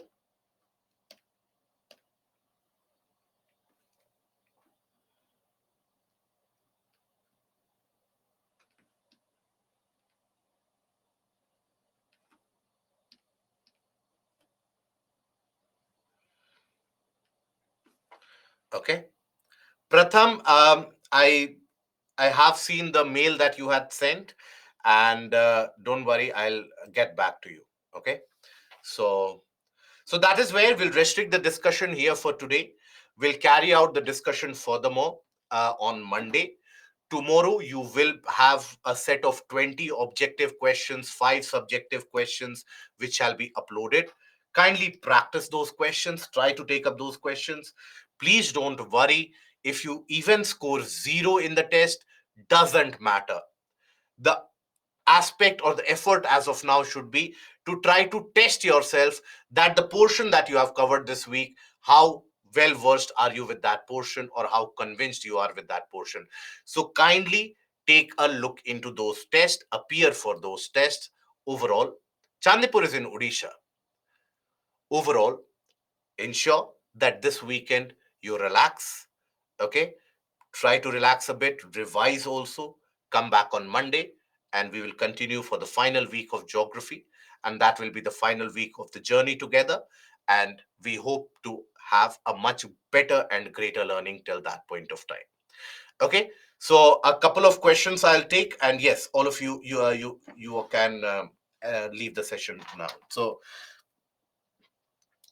Pinto, you have a problem that whenever the mapping Map pointing, I can't remember that. Why I can't remember physical geography? I can't remember that. Why I can't remember physical geography? That is a problem. So basically, think that mapping, whenever you carry out mapping, why do you carry out mapping? The purpose should be clear.